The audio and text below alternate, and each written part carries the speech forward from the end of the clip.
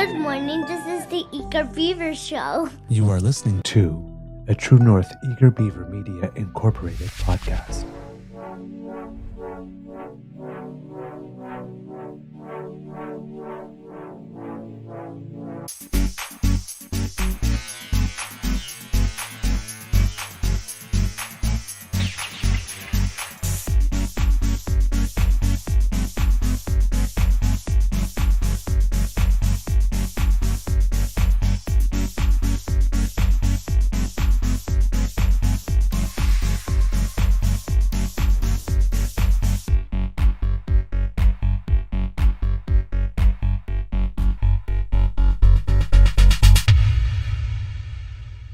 The True North Eager Beaver podcasts are proudly brought to you by our founding sponsors, the Misfit Mysteries from Corvid Moon Publishing, your source for science fiction, fantasy, and cozy mysteries featuring a broad diversity of characters, CanadianTarot.com, your uniquely Canadian online eclectic tarot community, and the Peppermaster, hot pepper sauces made from farm-fresh ingredients to thrill your taste buds and expand your mind.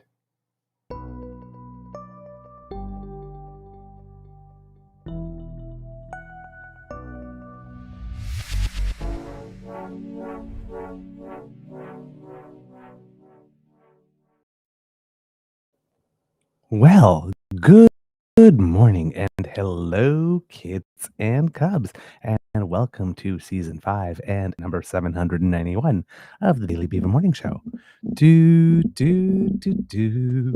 Always 100% Canadian. Today, recording day, is Wednesday, November 19th, 2025, and it looks like it will be a nice day here at the Beaver Lodge. I see some sun trying to make its way across the rooftop across from me here. Will make its way over the rooftop, I should say, across from me. So yeah, hopefully we will have a nice, lovely day, and it would be a very welcome, nice, lovely day because I did not get to plant my garlic for next year, and given that we are having a series of slightly warmer days, I might be able to this might be my second chance to get it into the ground for next season. So I'll be doing that a little later today. Hopefully, if I have time. It's going to be a very busy day today because today is a full dress rehearsal for the show, and we're going to have an audience of about 200 there as well. So pretty much a full audience. But more on that a little later there, kids and cubs, when we get to the mental health part. Let's see. A big thank you goes to our podcast founding sponsors, the Peppermaster, the Misfit Mysteries from Corvid Moon Publishing, and PsychicTarot.ca. Kids and cubs, how is your mental health today? Mine doing better. I did get some sleep last night. As you can tell, the darkness under my eyes. I do not look like I have guy liner today. I went to check after the show just in case, because sometimes you wash it off and you don't really do a good job, especially late at night. No, that was actually dark circles under my eyes yesterday. So this is a little better. Still feeling a little tired, and my body is not as sore today as it was yesterday. Yesterday when we went into rehearsal, I really wanted to call in and say, "Nah, I'm done. I can't come today." But you can't do that at this stage, really. You have to be there and push through. So while I was very tired, I did the thing that I did once when I did a show when I was very sick, and it was sort of like, behind the stage, be as blah as you thought. But the next time you're going on stage, I'm only on stage for about like 5 minutes. Keep the energy up for 5 minutes, and then you could go back behind stage and go again. And it worked. And by the time the end of the show came, I basically willed energy into myself. So it ended up being pretty good. We had one major flub where we had to cover. So that was good practice in case something bad happens. But for the most part, we got the whole show in the night, and we were able to leave before there was overtime for the crew, which is sounded like crew and all that kind of stuff. So that was good. But it's a long show, actually. Believe it or not, it's with intermission. It's about 2 hours and a half, beginning to end, and things are really tight. Like, we have very few blackouts and sort of like curtain closes and like long things going on. We made it such that set transitions happen very quickly as like music between scenes that's already in the score is changing, and so we've done a lot to shave time for it to be like fast paced and people don't not seeing the time go by, and we don't see the time go by performing it. It doesn't feel long doing it, but yeah, it's clocking in with the intermission at a solid 2 hours and a half. So it's a longer show for a musical than I'm used to. So yeah, will be but we got it all in the time, which means there's still probably I'd say about a solid 3 to 5 minutes we could maybe shave from it with a little bit faster pacing, but we're getting there. We're getting there. I'm very excited to present this evening, and it seems that we I heard a couple of days ago that we would have critics in the audience tonight and tomorrow night, but yesterday I heard it would be Friday night, which would be good to have an extra night or two. And it seems that we are 75% sold out before we've had our first official show yet. And that's before the reviews come out. There's been a lot of press over the last few days as well. That helps. And then there'll be word of mouth. So, yeah, very excited to do it. And like I said, a little tired, but not as tired today as I was yesterday. There will still be another nap after the show. But then from about noon on today, I'm going to be out of the house. I've got a curling match, and that's by the time it's over.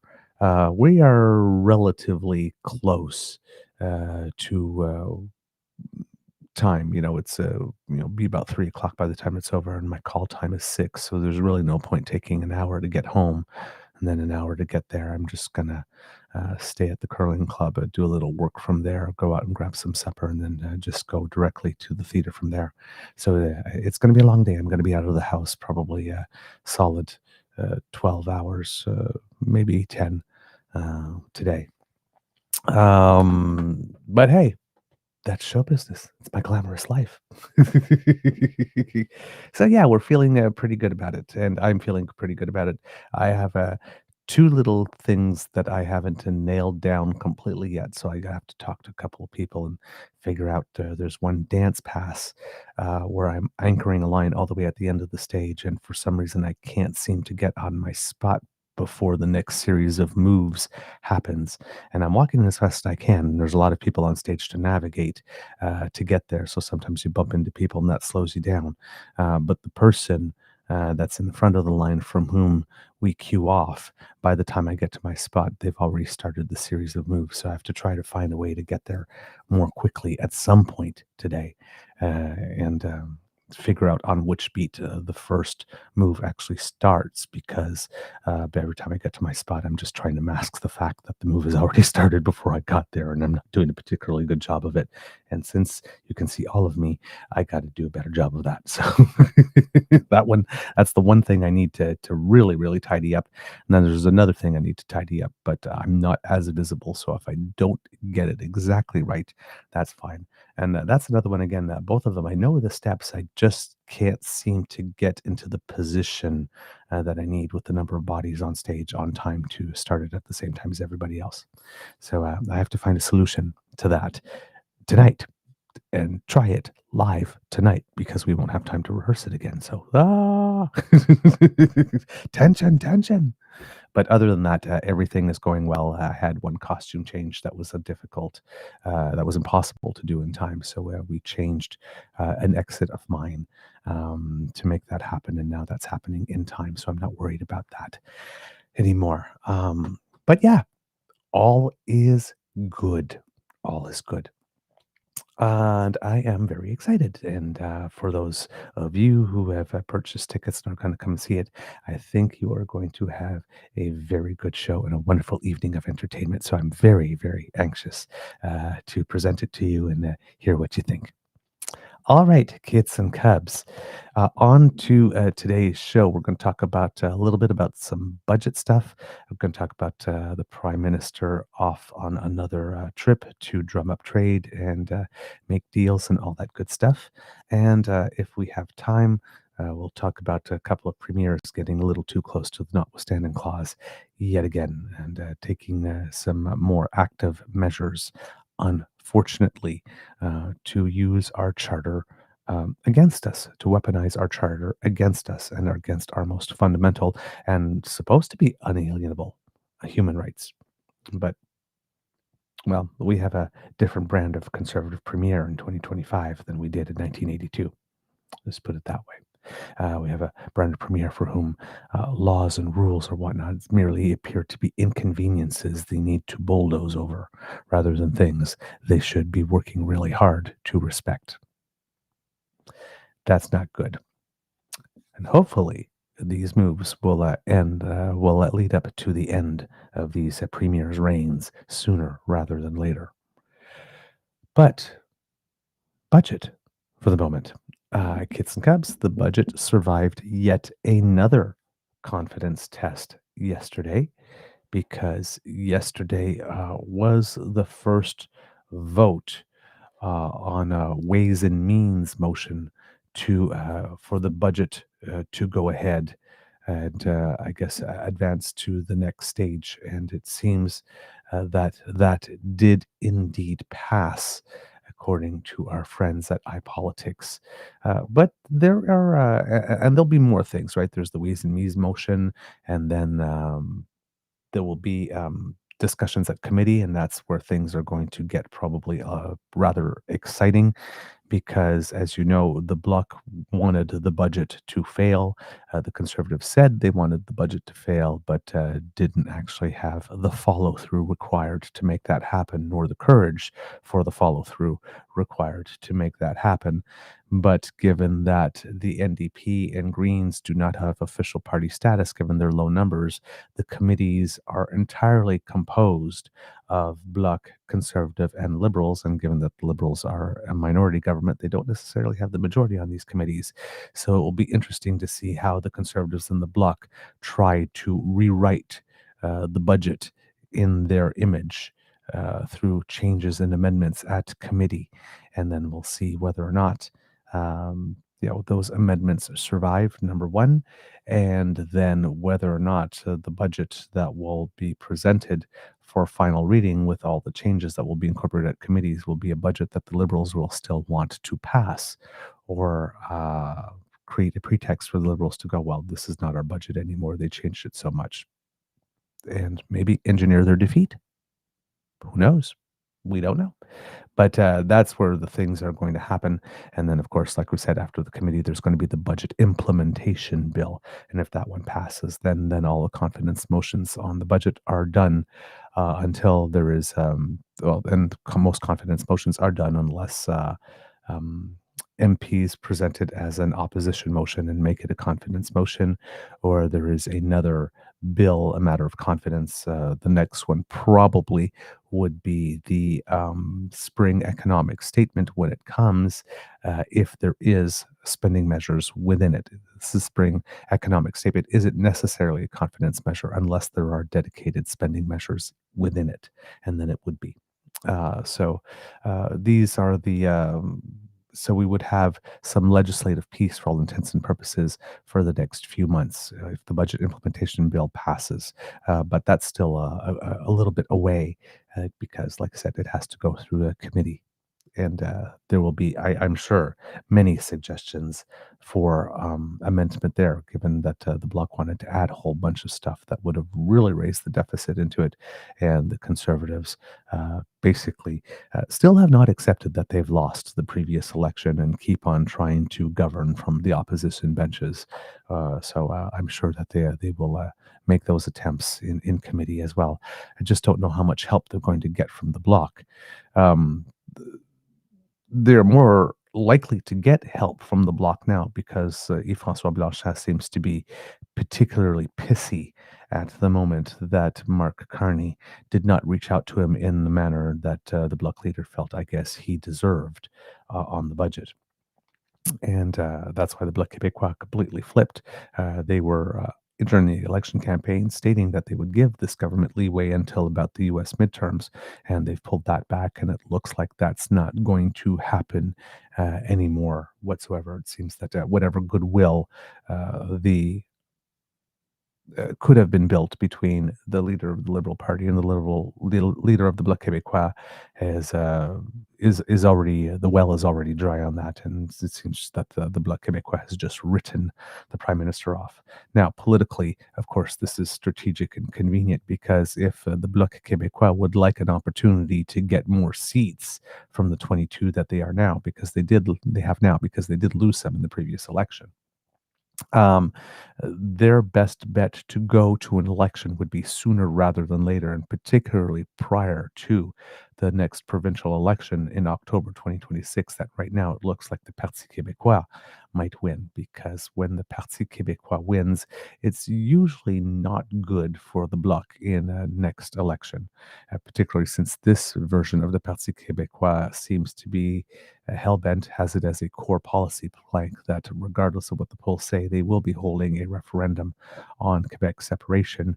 And that in turn tends to crystallize some minds. Some more recent polling, can't remember which company it is, I think it is Léger, stated that Quebec support for sovereignty or separation at the moment is only 29% in Quebec and 62% opposed.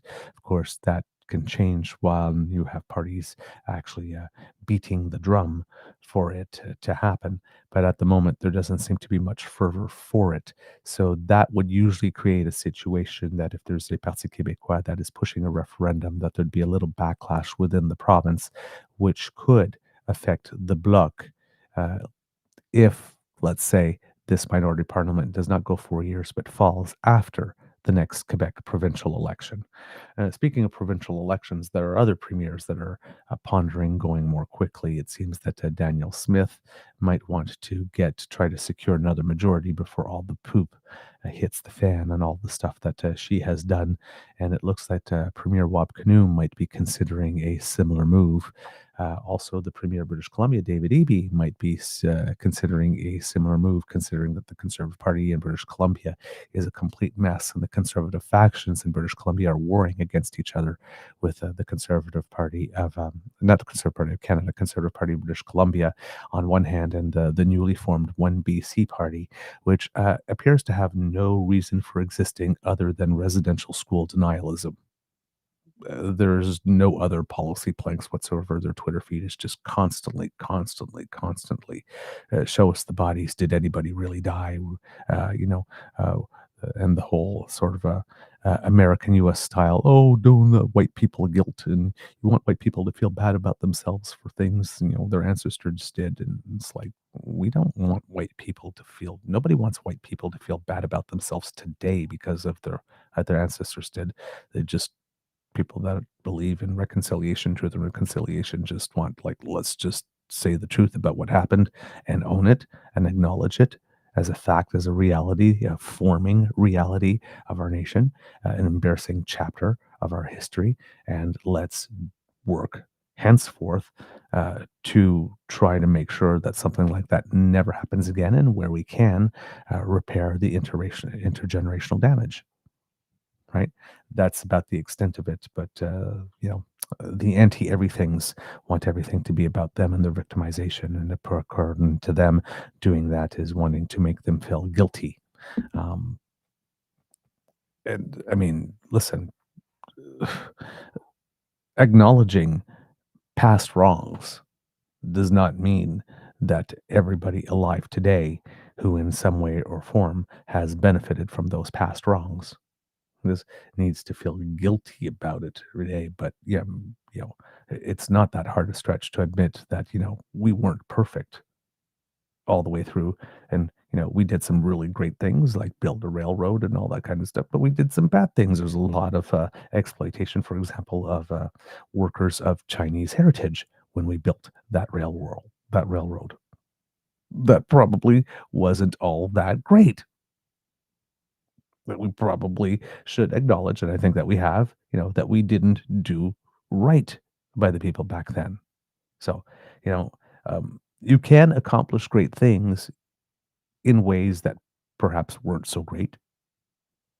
And you can look back with the benefit of hindsight and history and knowledge. And, everything that we know today about, being a multicultural and pluralistic society and how it is that we should treat people that are not the majority and look back at how we did things back then and say, "Ooh, you know what?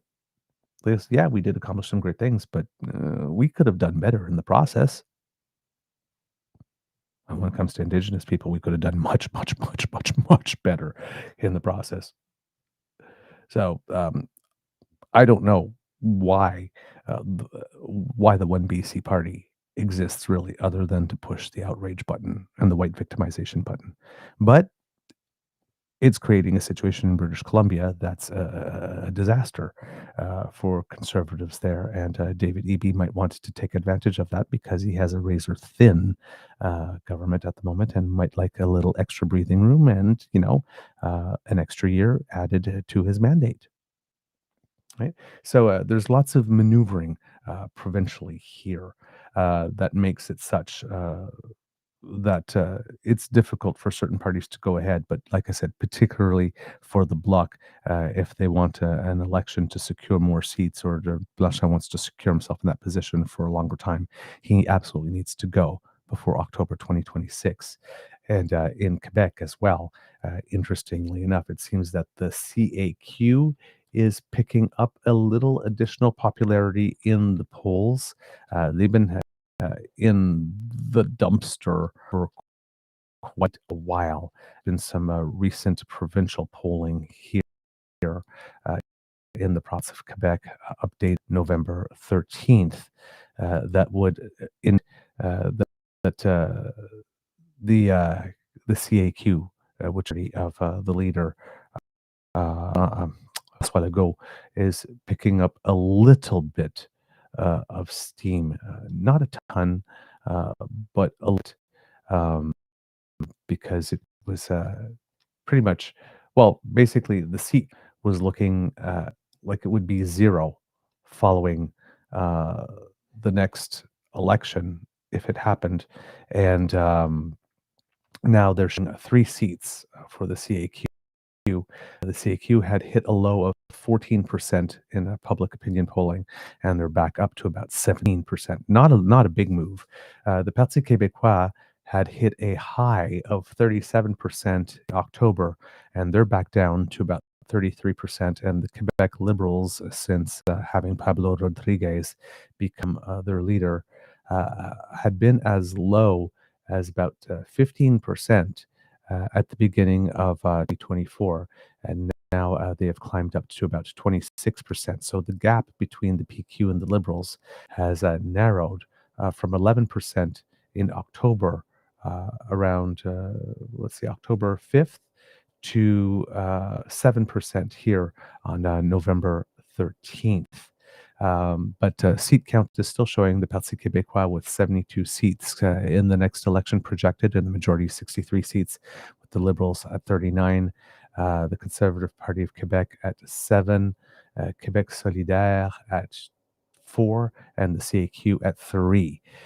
We might be looking at a potential also leadership race in the CAQ somewhere along the way. They might try to pull what the Liberals did, try to switch the leader at the last moment, because the leader in Quebec has tried everything. He's tried presenting a unilateral Quebec constitution to play on the ethnocultural thing that's worked so well for him so far, and that's not worked. That seems to be going nowhere at the moment. He had a big shuffle, I think, in September, and nothing great came of that. And there is yet another. Like I said, it's particularly not going well for him, and he's trying to see whether or not he can save it. There's also a thing in Quebec where they passed some new rules with regards to, I believe, compensation for doctors, which didn't sit well with doctors at all, and a lot of them have indicated that they are leaving the province. Ontario has already collected a few of those doctors from Quebec that have decided, nope, we're not doing this anymore. So the CAQ appears to be flailing a little bit there. So that's the whole dynamic going on in Quebec that makes it such that the Bloc Québécois leader probably would be more anxious and willing to go for an election sooner or later, and that intransigence on his part and that dismissal of Carney, and it's like pretty much I'm done with him. Um, while it could be real and be rooted in some hurt fifis, and again, politicians, you really need to get over yourselves. Um, Stop letting your fifis and your emotions dictate your decisions. We'd like some rationality and some competence and some logic, please. Thank you. But it would seem it's also particularly very convenient for the Bloc Québécois leader to be taking this position at the moment, if he is trying to generate another federal election sooner rather than later and prior to the next Quebec provincial election. Now, of course, if other premiers decide to go early and set some dates before that, that could throw a wrench in the Bloc's plans as well. So, yeah. Uh, there's lots of drama to come yet, darlings. Lots of drama yet to come. uh, so the budget itself yesterday uh, did pass Ways and Means. Did the Ways and Means motion did pass? I was looking to see if there was a recorded vote on our commons, and haven't seen it uh, back. I haven't seen it posted yet. That doesn't mean that I just didn't see it posted. And so that may come a little later, especially with the Cloudflare thing yesterday. There might be some things that are a little delayed in updating today than they would be. All right. So a little bit of additional talk about the budget uh, here. According to Marco Vigliotti, Finance Minister François-Philippe Champagne is pushing back against claims from the New Democrats that the government wasn't open to negotiating on the budget, chalking up the criticism to a matter of perspective. That's a quote. A government motion signaling support for the direction laid out in the budget narrowly passed in the House on Monday, with only the Liberals and Green leader Elizabeth May voting in favor. It passed thanks to abstentions from the NDP and Conservatives. After the vote, NDP interim leader Don Davies said his party held talks with the government on changes that would allow them to support the budget, but the Liberals have not been willing to make those changes. That's a quote. He said caucus decided to have two members abstain to prevent an election that Canadians didn't want. Heading to cabinet on Tuesday, Champagne insisted the Liberals had consulted widely on the budget and were able to secure, quote, all the social programs which are dear to the Canadians. Asked by iPolitics about Davies' comments, he said the government, quote, did engage with them constructively and dismissed criticism, quote, as a matter of perspective, adding the budget had won support from the Canadian Labour Congress and was focused on addressing the affordability crisis. Quote, and the Canadian Labour Congress is usually very supportive of the NDP. Quote, Canadians see themselves in that budget because they understand, we have an affordability issue, not unlike other countries, but affordability is front and center. The end of the week, the end of the month, he said, pointing to a GST refund for first-time homebuyers and funding for programs aimed at stimulating private sector investment. The Liberals are 2 seats shy of a majority 343-seat House of Commons after Chris D'Entremont crossed the floor from the Conservatives earlier this month. To avoid losing confidence votes, the Liberals need the support of either the NDP, Conservatives, or Bloc Québécois, or at least 4 abstentions. At the very least, the government will face one more confidence vote before the traditional mid-December holiday break. The main estimates, which as per standard parliamentary protocols must be approved before the current supply cycle expires on December 10th. Also on deck. So there will be main estimates and then a budget implementation bill. So another matter of confidence in the middle there. Also on deck, at least one more opposition day, which must be held before MPs vote on the estimates and will almost certainly go to the Conservatives, who could use it to put forward a confidence challenge. I would be very surprised if they do make it a confidence challenge, given how hard they worked to prop up the government on this budget vote. Champagne has already given notice that he intends to bring forward a bill to roll out some of the measures outlined in his budget speech, which would likely require multiple votes to proceed, most, if not all, of which would be considered questions of confidence, as is the case with any proposal that involves spending taxpayer dollars. Also, another move the Conservatives can do is try to make it a confidence challenge so that they can do their fundraising. We're trying to take down the government, but to put so many poison pills in the text of the motion after whereas that nobody can vote for it, and make it such that they can claim to their voters and to the base of the base that don't ask too many questions that they are to really sincerely try to take down the government, but just that those damn opposition parties won't let them. P.S. Send money because we need to work harder at it. That budget implementation bill appears to be the NDP's next target for negotiations, with Davies noting that his party would need to study the Ways and Means motion that clears the way for the legislation for which Champagne gave notice on Monday. When asked by iPolitics, Davies said his party wouldn't provide blanket support to the Liberals in the coming months, despite allowing the budget motion to pass. It's unclear what exactly the NDP wants to see changed in the budget to win their support. Davies says he didn't want to negotiate in public, but has raised concerns about plans to eliminate some 40,000 public service positions and the Liberals walking away from some climate policies while voicing support for new infrastructure investments that would prioritize hiring unionized workers. Quote, "We're going to continue to have conversations with Liberals," he said on Monday. "We're not going to bargain in public at this point, but they were concrete proposals that reflected the needs of working families and people across this country, and Liberals were not ready to say yes to them. So we're going to continue pushing for policies to help working people that elected us to this parliament, and we'll continue using that leverage." An NDP source told iPolitics the party was open to negotiating with the Liberals, but they weren't offered anything, even a promise to continue negotiations with interested provinces and territories on a pharmacare deal. In the last parliament, the Liberals and NDP teamed up to pass legislation that would allow the government to cover the costs of individual Canadians' diabetes medication and contraceptives, framed as the first step towards a national pharmacare program, but the legislation was dependent on reaching funding deals with the provinces. The federal government signed funding deals with PEI, BC, Manitoba, and Yukon before the spring election, though there hasn't been a new agreement reached since. The Liberals have wavered on their commitment to reach more agreements, and Health Minister Marjorie Michel suggested over the summer her office wouldn't work to bring on more provinces and territories. But Michel told iPolitics earlier this fall the feds were open to new deals depending on the success of those agreements already in place. The NDP source said the Liberals could have won over the party by pledging to work towards more deals with remaining provinces and territories, who ultimately would have had final say on whether they wanted to be included in the program. Quote, "The frustrating thing is that all Carney had to do was guarantee a win." Let me try that sentence again. "The frustrating thing is that all Carney had to do to guarantee a win here was include the line, 'We will reach out to the provinces who don't yet have a pharmacare deal to work towards one,'" the source said.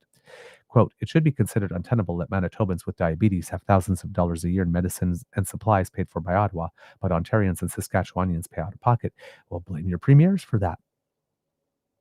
Blame your premiers for that. Your mostly conservative premiers for that. If that's a situation, problem you have, Mr. Davies. But it's true. The Prime Minister and Health Minister could have gone a long way by adding that sentence. But then again, why throw it in as a good negotiator would say? Why throw it in early to sweeten the pot when it's clearly wasn't necessary? Save that because there are other confidence motions for when it would actually be necessary.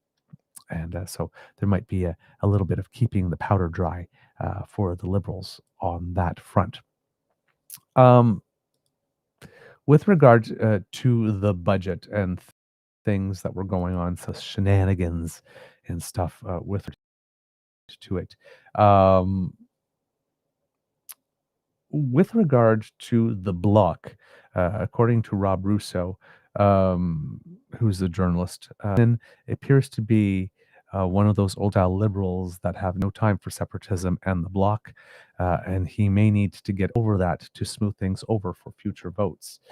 There is a little bit, he did grant an interview yesterday to Power and Politics, and there was a little segment in it that's really appeared to confirm that which Rob Russo was saying about it. And I want to present it to you here because while I understand his position, I am wondering if this is a position that was more suitable for a past era in Canadian politics and not the current one.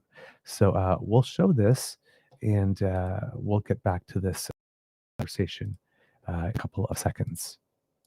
McKinnon, it's good to see you, sir. Thank you for joining us today. Good to be with you. Sorry, got to make sure that the speed there is correct. There we go. Okay, here is Stephen McKinnon, the Liberal House Leader. The opposition parties were complaining that you weren't willing to negotiate on anything in this budget, and you got it through mostly because they were afraid of an election, it seems. Is that a signal of how you plan to approach the rest of this minority parliament?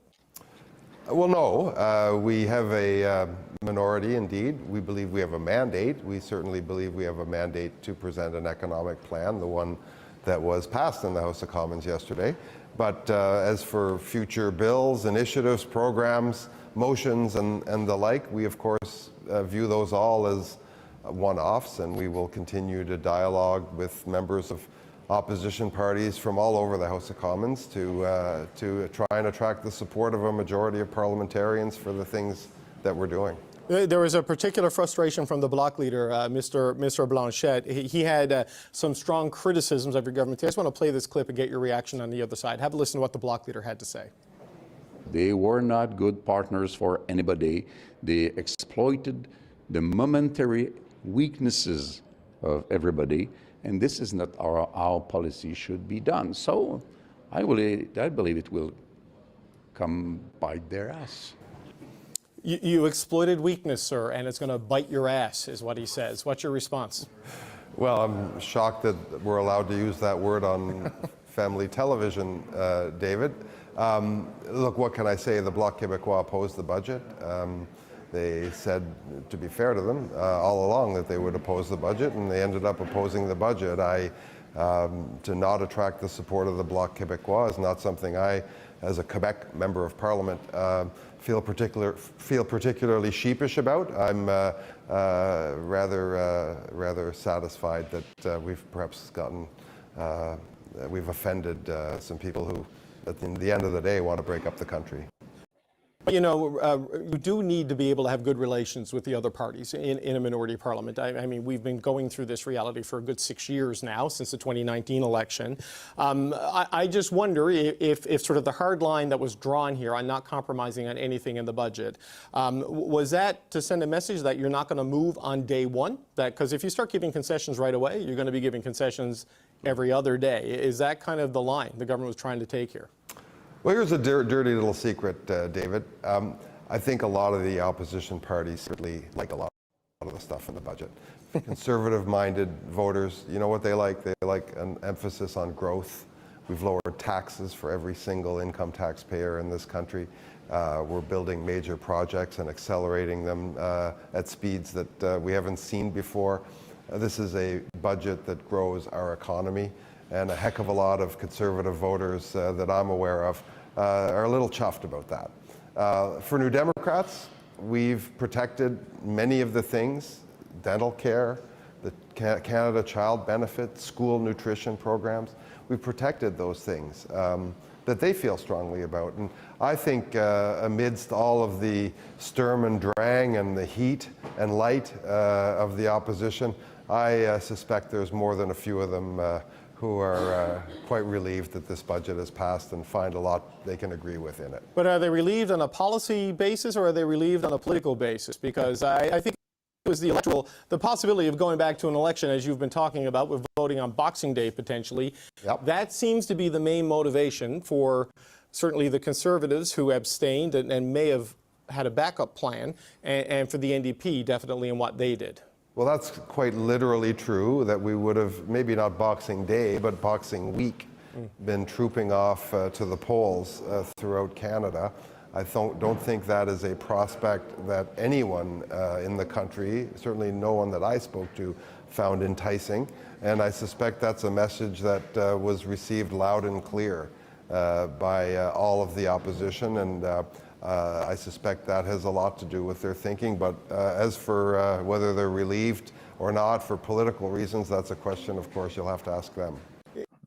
All right. So in that in this segment, as you noticed earlier on, when he was talking about the Bloc Québécois, as a Quebec-based MP and clearly a federalist, getting into that whole federalist and separatist thing, I understand there may be some feelings and some emotions there, but I do not like that attitude that, well, they're just separatists, so we can disregard them anyway, and if they are upset, and if we did things to upset them, then it's a good day.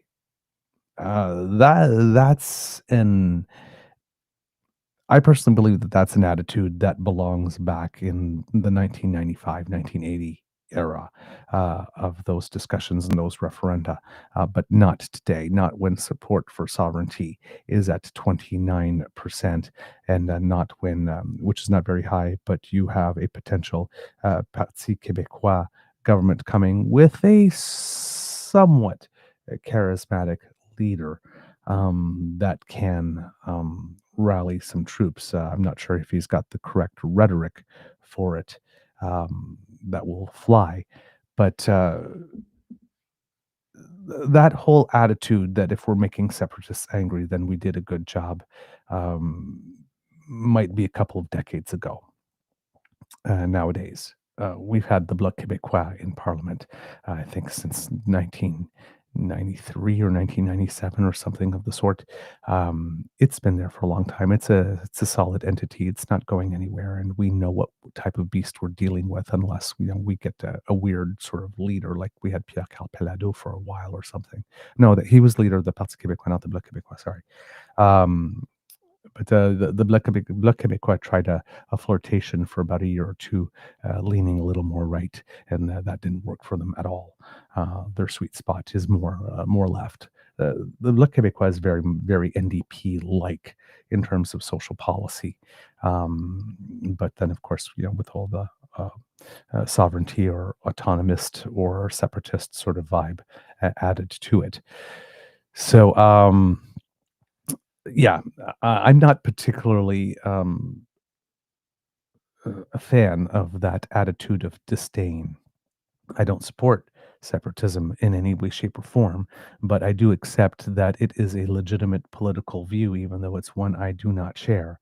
And I don't believe it should be silenced or stifled, because I've seen what attempting to do that in other countries like India and Spain and whatnot, it just generally leads to terrorism, domestic terrorism and stuff like that. So, we have in Canada, and we're showing the world that you can have a movement that advocates for separatism or independence, and it can function, and you can advocate for it within the bounds of your democracy. And if you get it, you get it, and if you don't, you don't. But you're allowed to talk about it, and you're allowed to mobilize, and you're allowed to activate and all that type of stuff. And we consider it a normal part of political discourse rather than something we are so afraid of that we have to squash it and not allow it any oxygen whatsoever. And I think that is the smarter way to go.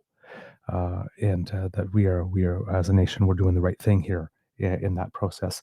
So if we're going to accept that it is a legitimate point of view, even though it's one we would never, ever, ever, ever, ever support, then you have to then treat the people who adopt that point of view as if you do have time for them, and that they are decent people that are well-meaning, whatnot. They just see the world in a way that you really don't, but they're not necessarily evil, and they're not necessarily people that we need to go out of our way to seek uh, to make upset.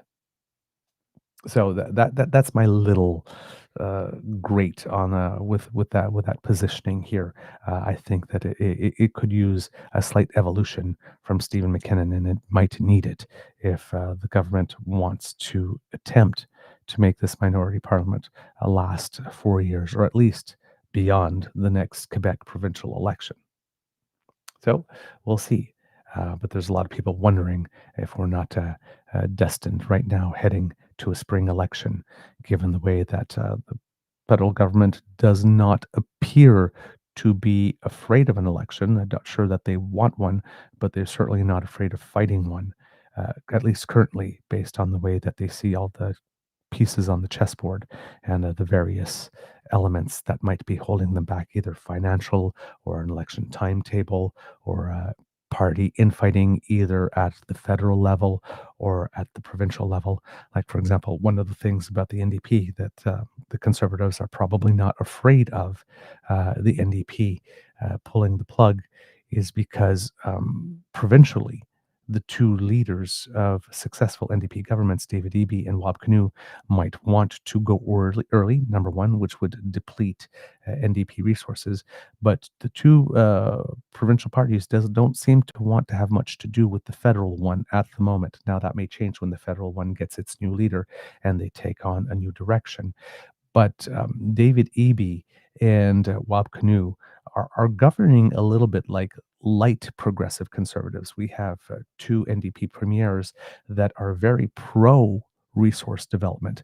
I think in one province, even the NDP is looking at changing their longstanding objection to nuclear energy.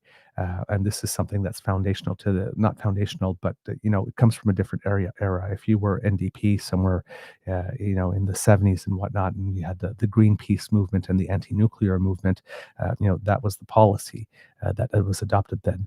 But we're now in 2025, and nuclear safety has proven itself a little more. There are different energy needs now, given that we're talking about AI centers and data centers and all that type of stuff. We are looking to go green and burn less fossil. So we're looking at trade-offs. Is the trade-off from a nuclear accident or from having restored used uranium less concerning than still burning fossil fuels and keeping the temperature of the planet warming above 1.5 degrees Celsius from whatever baseline that we are using at that time to make that determination. These things matter, and at some point, new generation might be looking at, carbon and methane are really a bigger threat. This is an acceptable trade-off. We need to change our stance on nuclear. So it seems that one of the provincial parties from the NDP will be looking to officially change their stance on nuclear. So there's some evolution there. But from the federal perspective, it seems that with Mr. Singh and leaders that we had before, there was still this opposition somewhat to resource extraction and resource development in order to move the economy forward or to move green initiatives forward. And there's less of that at the provincial level.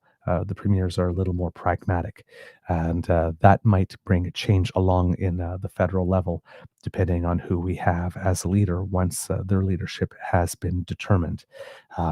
We have Avi Lewis that's in the running that would take a party in quite a different direction than Heather McPherson would if she ran. That would take the party in much different direction than Rod Ashton would. Rob Ashton, I think, would, who's a dock worker, and very much a trade unionist. So we're having like three different perspectives here, fight it out for the leadership. So in this sense, that makes it more difficult for the NDP to go because the ground support from the provinces, there's not a lot of alignment between the parties. And the Conservative Party of Canada also have that same issue because they're not getting along very well with the Conservative governments in Ontario and in Nova Scotia, for one. The ideologically conservative party in Quebec is having trouble with its own survival. The ideologically conservative parties in British Columbia are fighting amongst each other, and there's tons of infighting. The ideologically conservative government in Alberta is embroiled in a lot of scandal and turmoil. So attentions are in different places in order to be able to dedicate your full oomph and vim and vigor to an election campaign. So these might also be other factors for which the Conservatives are a little gun shy at going now. The other thing, and it was a good point being raised by Evan Scrimshaw, is that the Conservatives are making the point, it wouldn't be good to go now for an election, even if we were conservative. So, that's why we did abstention thing. But I'd like to read this little bit here from Evan Scrimshaw's, because he makes a very good point here. When it came to the choice Pierre Poilievre had to make last night, allowing a couple of abstentions and keeping Scott Reid and Andrew Scheer back only to vote results were certain was probably the correct one. It was almost assuredly the best choice Poilievre had with the information available to him, but it being the best available option does not make it a win for Poilievre for a simple reason. You can't divorce the broader macro context from the micro of that choice in the moment. The Conservatives, or more accurately, their dumbass supporters on the internet, are trying to spin that an election would have been bad for Poilievre, so this is the right way of voting. And so this was the right way of voting no while ensuring there wasn't one. It does limit their ability to attack the NDP for that same choice, but in the specific circumstances, I agree with the mouth breathers. But the reason an election now would be bad for Poilievre is Poilievre's own effing fault.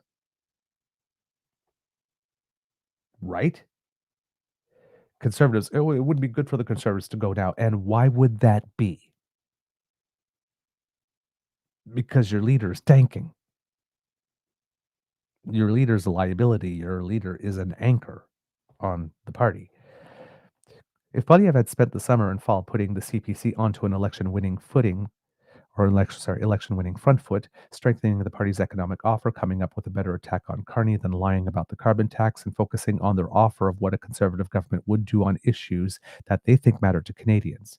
The Conservatives have talked a lot about how they oppose the harm reduction approach to drug issues and want people to get treatment, so where was the big national offer to the provinces for more treatment beds? The Conservatives claim to be the party that cares about making our cities safer and cleaner. Did I miss federal incentives to provinces to get encampments cleared and to make transit better? Would I love those ideas? No, but I'm a staunch progressive and therefore not the target. The Conservatives claim that the Liberals are a mess and that there is some silent majority that is itching to toss Carney overboard. And if there was, there would never have been an election triggered last night because the Conservatives at NDP would have leapt at the chance to take Carney out at the knees. There's not, and that's not on the opposition. There's not, and that's on the opposition leader. So there you go. Continuing on, the job of an effective opposition leader is to do two things: drag the government's popularity down and boost his own parties.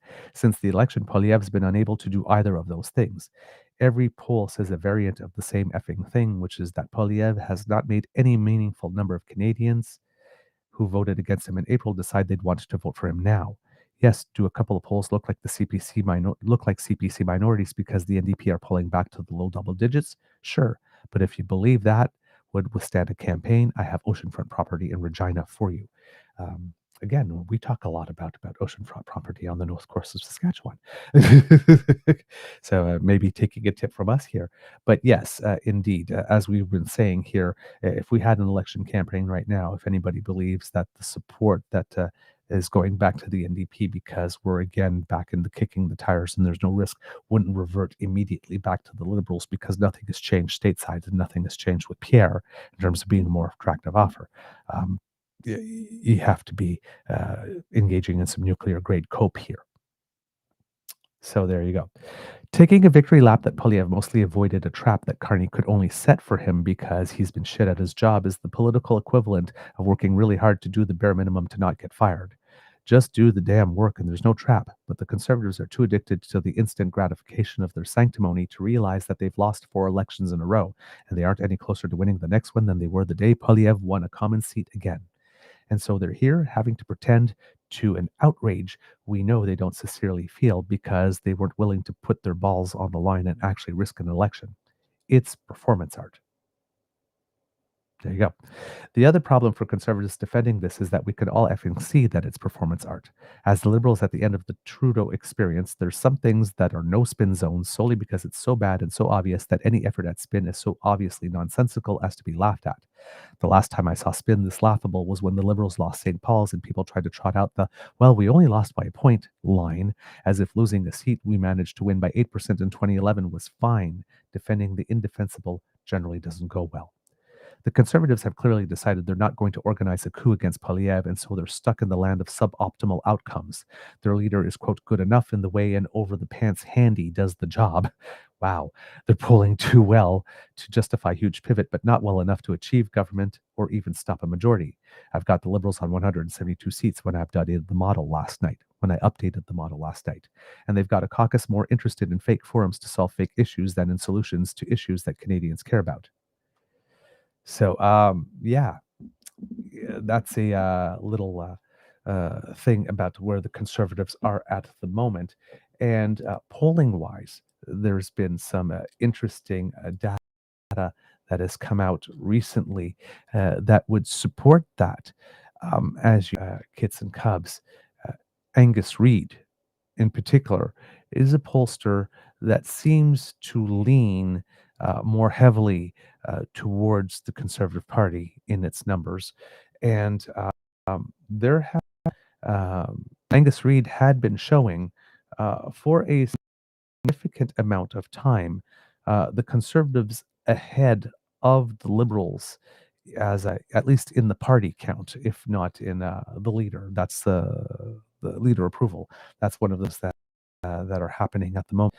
Kits and Cubs is that even though the party standings look like they are close, when you get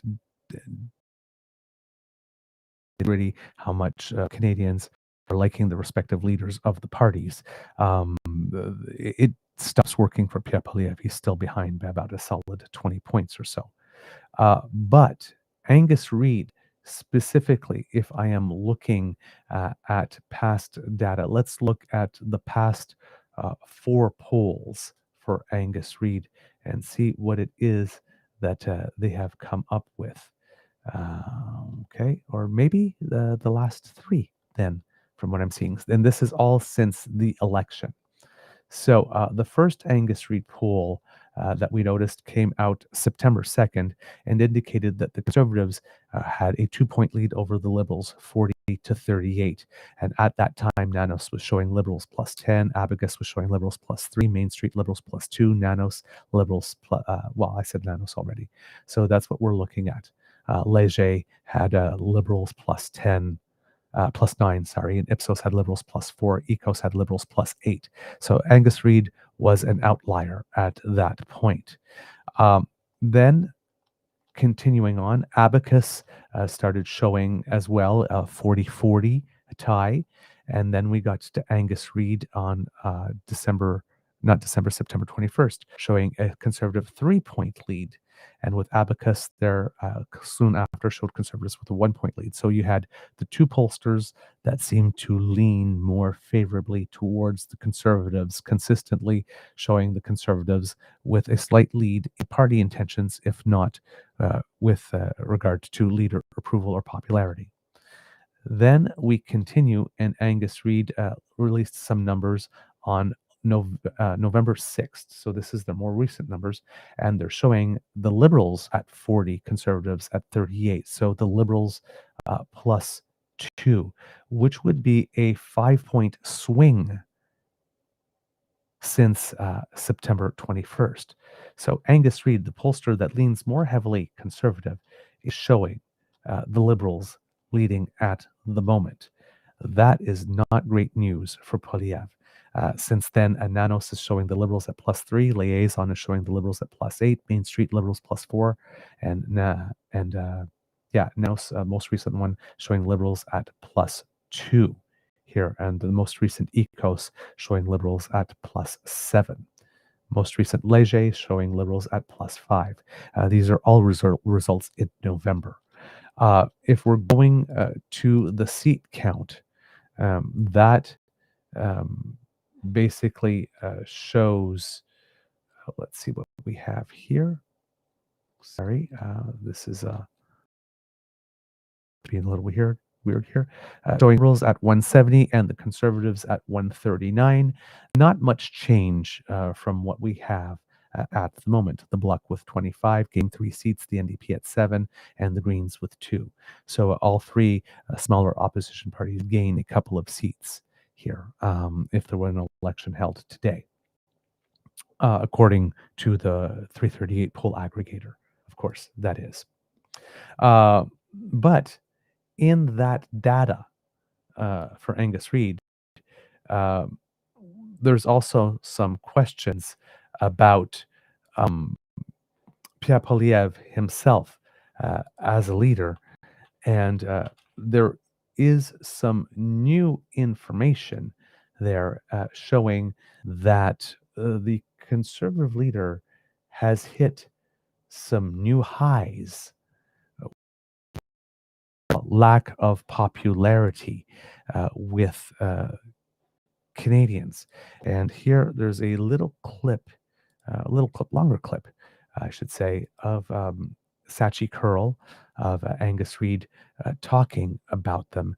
And I want to present it to you because this is data, again, that is not particularly helpful to the Conservatives here. And basically, it's showing Poilievre's favorability at the lowest it has been, I think, probably to date. So this is not good. Well, the Prime Minister's first budget narrowly passed a crucial vote last night. It gained the support of Green Party leader Elizabeth May, and 2 MPs from both the NDP and the Conservative caucuses abstained.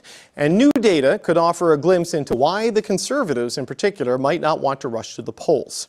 A new Angus Reid Institute survey found that 52% of Canadians approve of Prime Minister Mark Carney and his performance. This is compared to 39% of Canadians having a negative view of Carney. Now, this gives the Prime Minister a net approval rating of plus 13. Conservative Party leader Pierre Poilievre, by comparison, only has a 34% favorability. But that comes with an unfavorable rate that is much higher than Carney's, coming in at 60%. And that means overall, Poilievre has a net score of negative 26, the worst that Angus Reid has recorded since Poilievre took over leadership of the party. Now, recent polling from Abacus Data reported a similar net favorability for Carney at plus 12, and Abacus Data recorded a higher net favorable for Poilievre than the Angus Reid Institute did, but it still had Poilievre's net impression score falling to the lowest it had been in a year at negative 7. So just stopping here to point out that this is data both from Abacus and Angus Reid, the 2 polling companies that consistently have data that is more favorable to the Conservatives. Both are indicating just how bad Pierre is underwater at the moment. It's a lot of math there. We're going to dig into those numbers a bit further and what could have happened if the budget vote failed and an election was launched. David Coletto is the founder and CEO of Abacus Data. Sachi Curl is the president of the Angus Reid Institute, and they join me now. It's good to see you both. David, let's start with you. Just looking at those numbers, I mean, what stands out for you right now? Well, it's obvious the gap is what stands out. Is just how much more popular Prime Minister Carney is to Pierre Poilievre right now. And to your point is that, you know, Mr. Carney's numbers are trending downward, but very slowly. And he's the one in office making decisions, and Mr. Poilievre's are moving down more rapidly. And so I think the real story in these numbers is just how wide that gap is growing, and the challenge that Mr. Poilievre has in growing and expanding the audience that's listening to him and looking at him as a future prime minister. Sachi, you know, the -7 in David's numbers, more stark in what Angus Reid Institute put out at -26. Have we seen those kinds of numbers for a political leader who has like not been the prime minister, not been the premier, you know, had power, made decisions, upset people? Because you do see that when you've been in government for a while. How rare is that for someone in opposition? I would have to, you caught me. I'd have to go back and check our own numbers. I don't think Andrew Scheer was exactly setting the house on fire, so to speak, during his tenure as leader, either before the election or after. And so I do wonder if those numbers would be comparable. But it is just very much a reflection of that polarizing, very divisive reaction that Canadians have to Pierre Poilievre. And I say that because there's another side to this story, or another layer of depth if you start to peel back the onion. So yes, he's at a -26 in terms of net population, in terms of the net overall respondent in the country. On the other hand, when you ask people who voted for the Conservatives in the last election, and who no doubt are very disappointed that the party did not form government, they absolutely are disappointed. It's not as though they're completely blaming him. He's got about 80% of the party base with him. He's, about 78% of conservatives view him favorably. Now, interestingly, that's not as high as the, did I say 78%? As the 87% of Mark Carney voters who still view him with a very positive tone. So he's trailing Carney on a bunch of measures. But, when you get the power panel on next, or others who say, it's over for Poilievre, he's done, he's not going to last the week, he's still got the better part of 80% of his base. So, he can't charm enough Canadian voters to put him over the top. But he hasn't lost so much of his own room, even though he's lost caucus members, such that it spells outright imminent disaster for him. Right. Well, Shachi, the Thursday power panel may say things like that, but not the Wednesday power panel. David, you've got a similar. Today was Tuesday. You've got a. Oh yeah, today's Tuesday. Sorry. You've got a similar dynamic in your numbers, David, in that Pierre Poilievre is still really popular amongst his conservative supporters, but if you have this really high with your base, but really low with not your base, you've raised your floor, but have you lowered your ceiling? Like, he's kind of in this weird conundrum.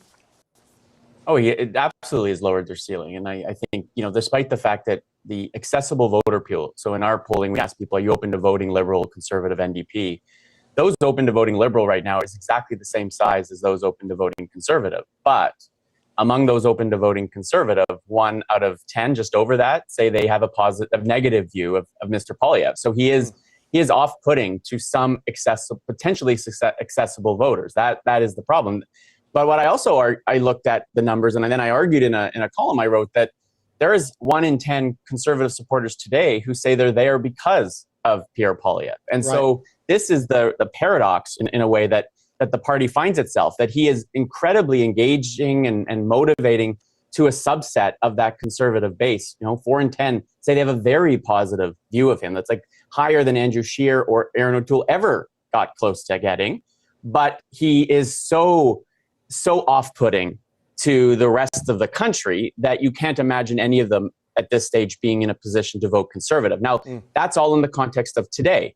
Today, Mark Carney is incredibly popular, relatively speaking. Today, he still has the trust of everybody who voted for him. A year from now, a year and a half from now, who knows what the world's going to look like? And I think, in a way, that is the gamble that the Conservative caucus and maybe Mr. Poilievre's team are thinking about, that if they just wait this out enough, the dynamic changes, because the choice then for voters might change. Right, but so David, just to follow up on that point, it does not seem to me at this point in time, as you say, that Mr. Poilievre is at risk of a widespread caucus revolt. There's going to be grumbling, just like there is in Mark Carney's caucus, about the shift to the center or the right, depending on how you want to frame it, that they don't necessarily like the direction, and very likely will win his leadership review with a pretty big number in January. But what does this tell us about his viability to become prime minister? Because that's the goal here. It's not to stay as the opposition conservative leader, it's to win the big job. What does this say about that path? Well, I think it's complicated for him, and it's more difficult because you've got a smaller pool of people you need to convert, and you need all of them basically to come over and vote for you, and you need the Liberal coalition to splinter.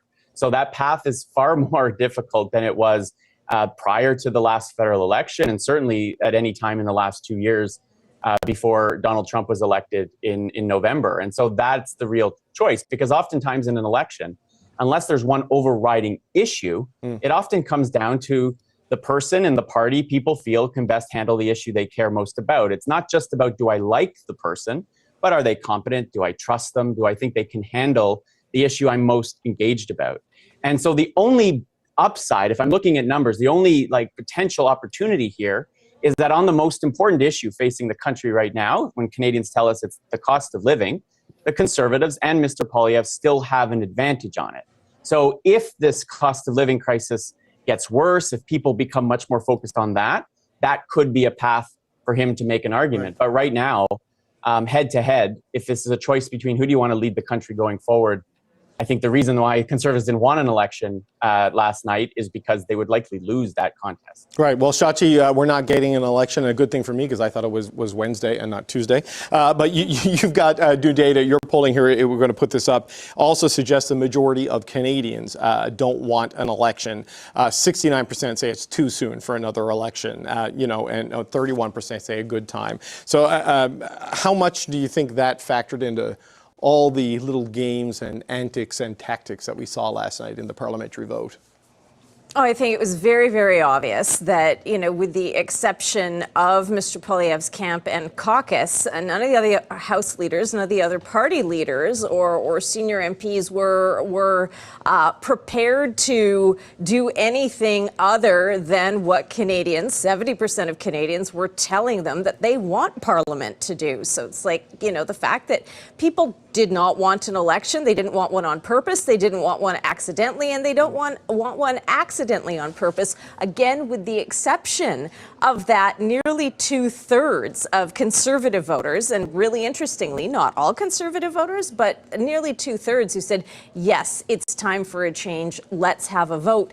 But, again, David talks about the cost of living being a huge issue. We look at that. We look at healthcare, jobs and unemployment, particularly among young Canadians, where that number is quadrupled in the last months.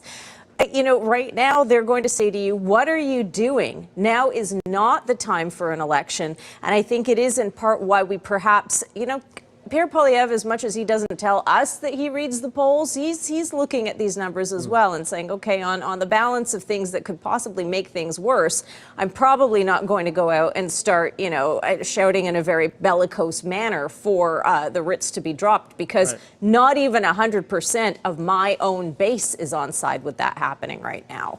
Yeah, a volatile time, a polarized time, but not election time, at least not until after Christmas time. David Coletto, Shachi Curl, always appreciate your time. Thanks for being here this evening.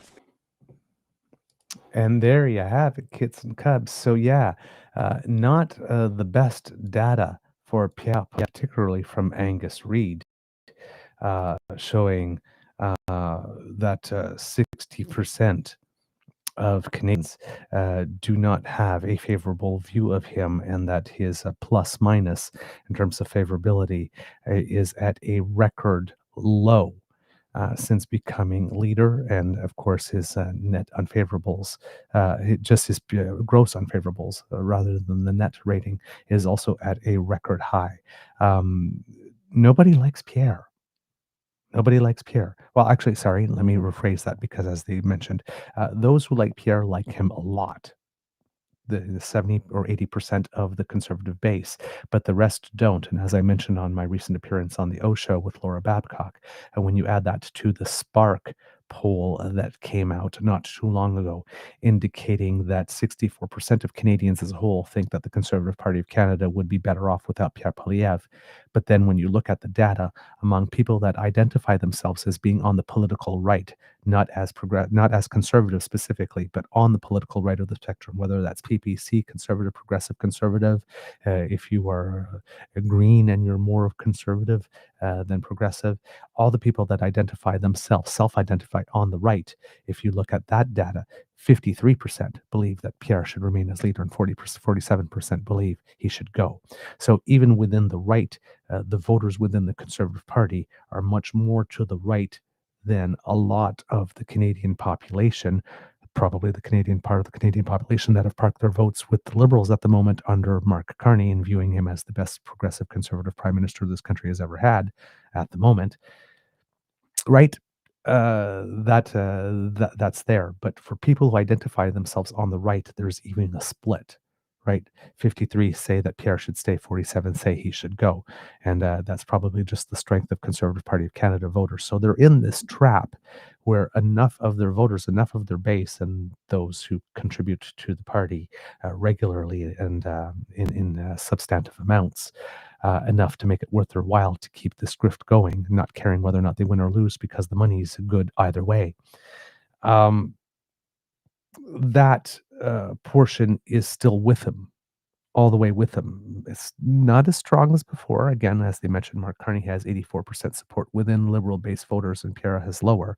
But it's still an attractive enough number for him to say, maybe I can stay, and if I wait it out, and Carney's not able to deliver on a couple of things, and the shine, comes off, maybe I can do a "How do you like me now?" type thing. But Pierre is not willing to do the other things that need to go with it to show that he can be a different person. He's just believing that his current brand of negativity and frat boy antics and name calling and slogans and whatnot will do the trick once Canadians get disillusioned enough with Carney. And I'm not sure that's the case because Canadians have already made it very clear that they do not like this type of politics, regardless of how things are going with the Liberals. So again, we'll have to wait and see. But this is data that is definitely not good and would certainly explain why it is that the Conservative Party of Canada allegedly had two people hiding behind the curtains at the last minute to see whether or not they needed to vote and make it clear to their, again, the base of the base that doesn't like to ask too many questions before they open up their wallet to maintain the illusion that they were indeed trying to take down the government. On that front, it doesn't seem to be going too well for them because it seems that the Conservatives have needed to explain a couple of things and have also been engaging in a lot of damage control, it would seem. Let's you have some tension again, as I mentioned, between the federal party and the Ontario party. Corey Tenike has regularly been slicing skin from the federal leader in the party like they were, like it was like a a leg of shawarma, and he just keeps taking slices off him all the time. Pretty much every time Corey Tenike speaks, there's a dig of some kind against the federal Conservatives of some kind. But there is also oh God, I forgot my thought where I was going with this. Oh, yes. Yes, sorry. Some explanations from the Conservative Party. The first one being that Andrew Scheer, it wasn't Andrew Scheer and Scott Reid that were hiding behind the curtains to see whether or not they needed to vote. Andrew Scheer claims that he was at a committee meeting at the time that the vote was going on and therefore tried to vote remotely, and then it didn't work, came rushing in. Yeah, we will believe that. Both the House leader and the caucus leader, both not being able to record a vote through electronic means before the time. Yeah, we buy that. Also, with regard to Shannon Stubbs, there was a lot of conservative activity online yesterday validating Shannon Stubbs, right? A lot of how would you put it?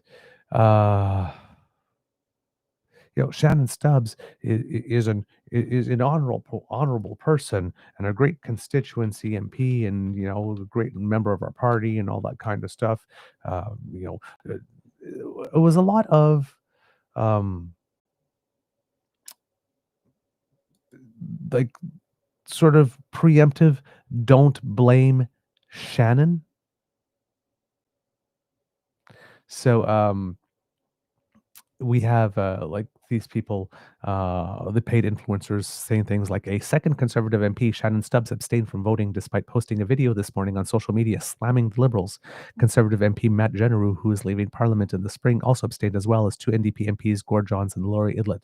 If Stubbs and Generou voted no, the budget would have failed and there would have been an election. No. If Stubbs and Generou had voted no, the vote would have been 170 to 170, and then the Speaker would have cast the deciding vote, and the Speaker always casts a vote in favor of continuing debate in a tie vote. So you got some right-wing cope here trying, but again, right, showing that there's some tensions here. All these Conservatives, the message is starting to get through that the Conservatives allowed this to pass, and there's some people on the right of the right that are not happy about that whatsoever. So yeah, all this is happening, but yes, you have a whole bunch of conservative people. So like on Shannon Stubbs' Twitter feed, she has a statement from the party listed instead of statement from her. MP Stubbs has been on approved medical leave. She's in the early stages of recovery from major jaw and chin surgery performed at the Royal Alexandra Hospital in Edmonton. This procedure corrected a significant medical condition rooted in complications from birth. She was born severely premature at just 6.5 months gestation, weighing only 2 pounds. As a consequence, her heart, lungs, and jaw were underdeveloped. She required immediate heart surgery as an infant, and although her jaw issue was identified early, it was never surgically corrected. Over the years, doctors repeatedly alerted Shannon to the serious impacts the condition was having on her heart, breathing, and overall health. This surgery was the result of years of specialist assessments, medical planning, and delays outside her control. And it just continues and continues and continues. And says her surgical team has ordered several weeks of strict bed rest, no speaking, and limited movement to ensure a safe recovery. She remains deeply grateful to the hospital staff for their care and professionalism. Then, of course, was that video. She's not supposed to be speaking. Was it recorded pre-surgery and all that kind of stuff? We don't know. But the whole, there we go. Any videos posted on MP Stubbs' social media were pre-recorded before she left for surgery. And like all conservatives, MP Stubbs strongly opposes Carney's credit card budget. Here we go. They say the surgery was originally scheduled for last spring, but it was postponed when the Liberals called an election. When it was rescheduled, only a few surgical dates were available. At that time, there was no information about the Liberals' budget schedule, and the government repeatedly shifted the budget date. All medical approvals were granted months before any notice of the budget. Her constituency office in Two Hills remains fully open to serve the people of Lakeland. The problem is, in other commentary, we have been seeing comments that back in the day, when there was a vote like this and there were people in hospital, the parties would go and get the person out of hospital, transport them there, come and vote, and then bring them back physically. So now we have remote voting, and this is not the surgery explanation is not flying, because even though she can't talk and she's on bed rest, what stops her from pushing a button from the bed in which she is resting in order to record a no vote? Seriously, you can vote from anywhere in Canada with remote voting. And this is really interesting that the Conservatives have been using remote voting to play these types of games, because the Conservatives at the time were really, really on the record. Remember during COVID that we needed to remove remote voting so that we could get all the MPs in Parliament right away to discuss the issues of the nation. And now that remote voting is here to stay, well, the Conservatives seem really loving to use it to play games like this, see whether or not they need to vote and how they can maintain their grift among their donors. Damien Couric was one of the first to run interference. Anyone questioning Shannon Stubbs' ethic doesn't know her. She's a fighter who takes no prisoners. She missed the vote to date due to major surgery delayed once already by spring election to fix complications she's battled her whole life.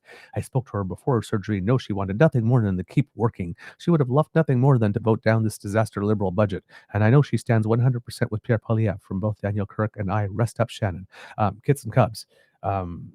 I was recently in the hospital for a severe bacterial infection to the bowel that sent me to the hospital very quickly, and I got seen very quickly, and I was very scared when it happened. And the next day, I did a show. Not next morning, but I did a show. The next day, I showed up to rehearsal.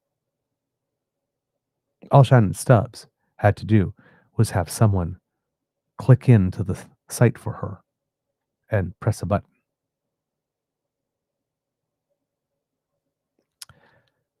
Take Damien Couric's vouching for her with a grain of salt here. But yeah, conservatives online, hardcore conservatives, the online ones, are not happy at all with the fact that General and Stubbs have indeed not voted. Another person here. For the uninformed lemmings regarding Shannon Stubbs, she tweeted in the morning, surgery fully planned and non-emergency, had full app-based voting from her phone, earns $211,000 a year plus benefits, 0 attempt to vote or arrange a proxy, already missed 2 previous confidence votes, and the vote was also not paired by the party and the House leader. Normally, when somebody can't be there for a medical reason, then they go to someone from a party that's planning to vote the other way, and they say, listen, we would have voted this way, but she's not here. Could we pair them with somebody from your party who would have voted for it and cancel the votes out? the Conservatives made no effort to pair the vote. None whatsoever. And now, afterwards, right? Oh, well, she was on a approved medical leave. She's been battling this her whole life. She had said it before. There were so few dates, and we didn't know when the budget was going to come. There's no. She was offered few dates, but I mean, there were dates in the future, right? The fact you don't need to make that excuse. She made the surgery date when she made the surgery date, and the budget date was determined after, and she didn't want to change the surgery date. That's fine. Everybody would understand that. You don't have to go through all these hoops to try to make it believe like, oh, there were just so few dates and she was stuck. She had to pick that one. No, she just does. If you need a surgery, you want it as early as possible. That's just human nature, right? You don't. Anybody can understand that. But yeah, definitely tons of damage control here. So people are on to the Conservatives, even within the base of the base. They're on. They know that the Conservatives allowed this to pass, and there will be some fallout there. Couldn't happen to a more deserving party leader, I will just say. Oh, is that some Piepenfreud? Oh, I had a little bit of Piepenfreud.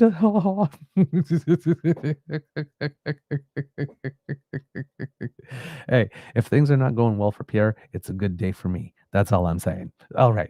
It's probably a good day for Canada as well. So yeah, lots of damage control calls coming from inside the House. People not pleased whatsoever at these games that had been played. Andrew Scheer trying to create an excuse. No, it wasn't me behind the curtain the whole time. Uh-huh. Sure, Jan. Sure.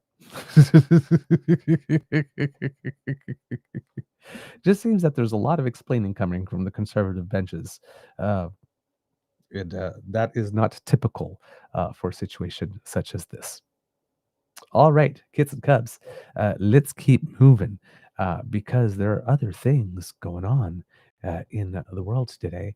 And the Prime Minister of Canada clearly did not seem too worried about the vote because he had already agreed to take a trip to the UAE, and then he is off to South Africa for the G20. Oh, also, I forgot to mention, there was a kit that mentioned it in the chat. It seems that yesterday's vote on the Ways and Means motion passed on division, which means that the decision was not unanimous, but there was a formal recorded vote was not held. So not normally when there's a vote, everybody rises and somebody mentions the name of the MP and the name of the riding, and then the vote is recorded. It seems that this was just maybe a vote. All those in favor say aye. All those in not favoring say nay. And there was some people that said nay. There was some people that said aye. And the speaker says, in my opinion, the ayes have it. And the dissent is acknowledged. But not enough support or desire to force a time-consuming formal recorded vote. So that's what happened. So that's why it's not appearing in our Commons, because it wasn't a recorded vote. It passed on division. So thank you to the kit who brought me that piece of information. Very, very important piece of information there. All right. So we were moving on to the Prime Minister traveling, and this is the UAE trip is important because the Prime Minister had already been involved in talks with the UAE to sign some further agreements, and it looks like this is what is going to be happening here, according to Karina Roman from CBC. Prime Minister Mark Carney is aiming to sign a formal investment agreement with the United Arab Emirates on his visit there this week, a senior government official told CBC News. Quote, "There's a deal ready to go," said the official, who was not authorized to speak publicly about it. The official said that there are hopes to go even further with an announcement of, quote, next steps beyond the expected foreign investment promotion and protection agreement. So it's going to be a FIPA agreement, which is the same type of agreement that we had with China that the Conservatives got us into, but secretly and behind closed doors and stuff. But FIPA specifically lays the groundwork for Canada and another country to invest in each other's economies, establishing rules, including a dispute settlement process that provides both sides with a predictable investment climate, something experts say is particularly important during these uncertain times. So again, as we mentioned, trade is not only back and forth in goods, but trade is also legal architecture. And it seems here that the legal architecture, including a dispute settlement process, has been agreed upon so that that further investment can take place. Quote, the full-on assault of globalization, multinationalism, and free trade has us looking around the world to say, where can we go when there is some sense of commitment to some order, some rules, and some structure, said Goldie Hyder, President and CEO of the Business Council of Canada, adding that FIPAs are sometimes the first step towards a larger free trade agreement. Carney is slated to meet with UAE President Sheikh Mohammed bin Zayed Al Nahyan on Thursday in Abu Dhabi with the explicit focus on expanding the Canada-UAE economic partnership in key sectors such as energy, agriculture, infrastructure, and AI. Hey, maybe the UAE will want to buy some canola, and that will help. Carney's Gulf state stop is on the way to the G20's Leader Summit in Johannesburg, South Africa. Quote, the UAE is one of the biggest investors out there. They have been using their sovereign wealth funds to invest in many places around the world, and there are great opportunities in Canada, said Roland Paris, director of the Graduate School of Public and International Affairs at the University of Ottawa. Quote, I'm sure that Mark Carney is going to be talking about the major projects, including energy projects, he said. In fact, Carney is scheduled to meet with the heads of those sovereign wealth funds during the trip, government officials said during a background briefing to reporters on Monday. The trip is part of Carney's efforts to attract billions of dollars in direct foreign investment to Canada and to diversify trade partners after the rupture in Canada's trading relationship with the U.S., mainly due to President Donald Trump's tariffs. The senior government official says part of the Prime Minister's pitch to the UAE is to bolster the image of Canada as a safe harbor for investment, as well as a country increasingly playing a linkage between the European Union and Asia. Carney's visit to the UAE comes after that country's Deputy Prime Minister and Foreign Affairs Minister Sheikh Abdullah bin Zayed Al Nahyan came with a delegation to Canada in June. The Dubai Chamber of Commerce also opened a special office in Toronto that month. That part I did not know. I missed that. According to the Government of Canada, Canada-UAE merchandise trade valued at $2.6 billion in exports and $800 million in imports in 2024, which was also the year the two countries marked 50 years of diplomatic relations. That's why not only is a deal, quote, ready to go, according to the senior government official, but it's been in the works for nearly a decade. When asked whether the previous Liberal government didn't get a deal over the finish line because it was risk-adverse, International Trade Minister Maninder Sidhu pointed instead to, quote, capacity. Quote, you'll see in the budget there's more money for trade negotiators. Resources were always a big thing, and we need to make sure we make those investments, especially as more and more countries want to negotiate, want to sign with Canada, want to do more trade with Canada, he said last Friday while on a trade trip to India. But human rights experts argue there's good reasons to be risk-averse when it comes to the UAE, which faces allegations it is supporting a paramilitary force accused of atrocities in Sudan's civil war. Quote, the Prime Minister is embarking on this trip in the wake of unprecedented horrors that have been happening in Darfur, as committed by the Rapid Support Forces, which are an Emirati-backed militia, said Yona Diamond, senior legal counsel at the Raoul Wallenberg Center for Human Rights. The UAE has denied the allegations. Canadian government officials say that denial has been noted. When asked for its response, the Prime Minister's office said in an emailed statement that, quote, Canada continues to engage with international counterparts, including regional players, to bring about an end to the violence and atrocities taking place in Sudan. It also said Canada is providing nearly $80 million in humanitarian assistance to Sudan this year. Diamond says that if the Prime Minister is going to sign a FIPA with the UAE, it should at least include a condition that the country cease backing the RSF. Quote, how will the Prime Minister go down in history? Will he be remembered as someone who put profits over the protection of a population facing destruction, said Diamond. But the senior government official said Canada does not have, quote, the luxury of only trading and engaging with countries with whom it agrees on everything. Especially now, said the Business Council's Hyder, arguing that the world has changed, quote, fundamentally. He said Carney's willingness to, quote, recalibrate Canada's relationships with countries including India, China, and the UAE, quote, is about pragmatism.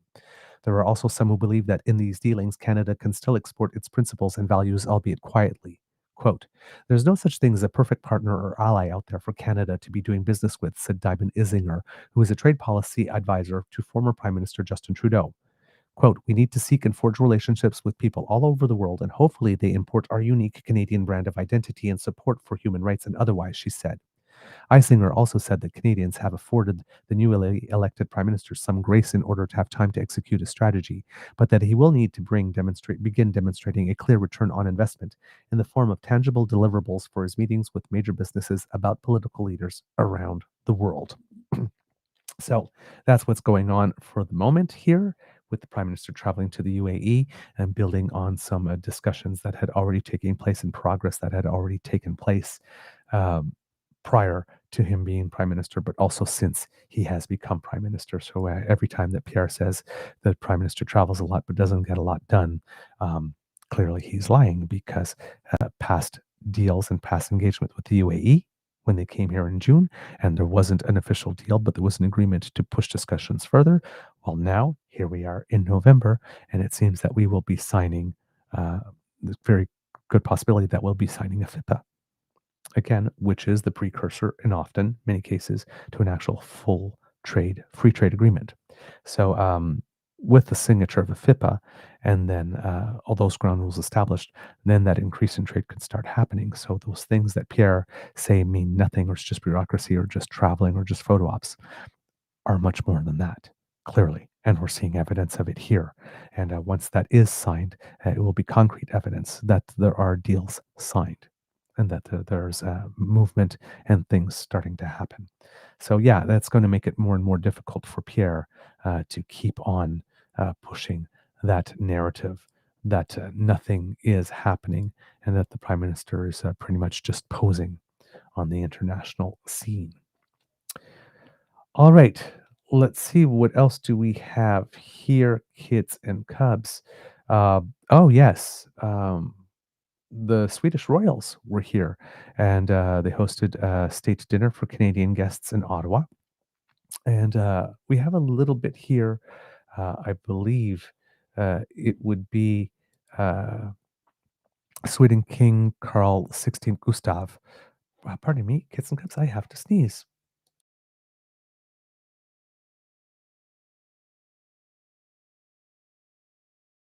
And it kind of snuck up and didn't come out.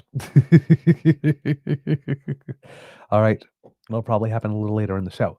But yeah, I believe that this would be Sweden King's Carl XVI Gustav at the state dinner addressing attendees. So let's see what it is that he had to say.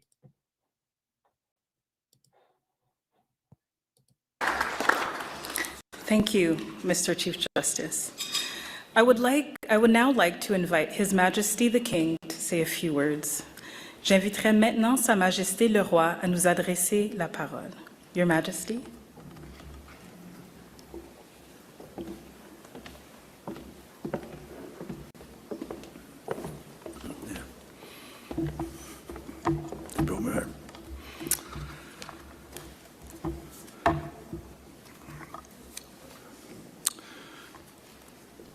The Right Honourable Richard Wagner, Chief Justice of Canada and Deputy of the Governor-General. Prime Minister, Speakers, Ministers, Excellencies, ladies and gentlemen.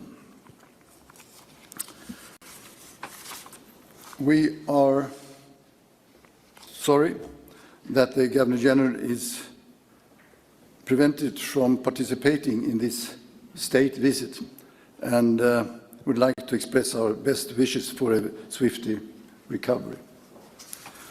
Her Majesty the Queen and I would like to express our sincere gratitude to Canada for the warm welcome, and to everyone who has received us so generously.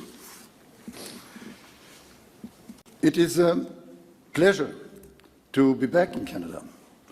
Our first state visit took place in 1988, and the most recent was in 2006. We have also been fortunate to return on several other occasions, including the unforgettable Winter Olympic in Vancouver 2010. Sweden's and Canada's many gold medals made that experience even more memorable and agreeable. Personally, I have a very special, as mentioned before, bond to Canada because my great-grandfather, as you heard, Prince Arthur of Connaught, was the Governor General of Canada from 1911 to 1916 and apparently lived here in Rideau Hall. So it feels very special to be here again. Ladies and gentlemen, Canada and Sweden established diplomatic relations in 1943, and we have a lot in common. Our societies have built on their prosperity on openness, and both our countries remain committed in democracy, human rights, and free trade, which is very important. We are now NATO allies, and we stand united in our support for Ukraine. As an Arctic nation, Canada and Sweden share a vital role in addressing the complex challenges in the region and in keeping it secure and peaceful. Canada was the first country to ratify our NATO application, an impression of trust and friendship. This bond is reflected in our joint contribution to European and transatlantic security.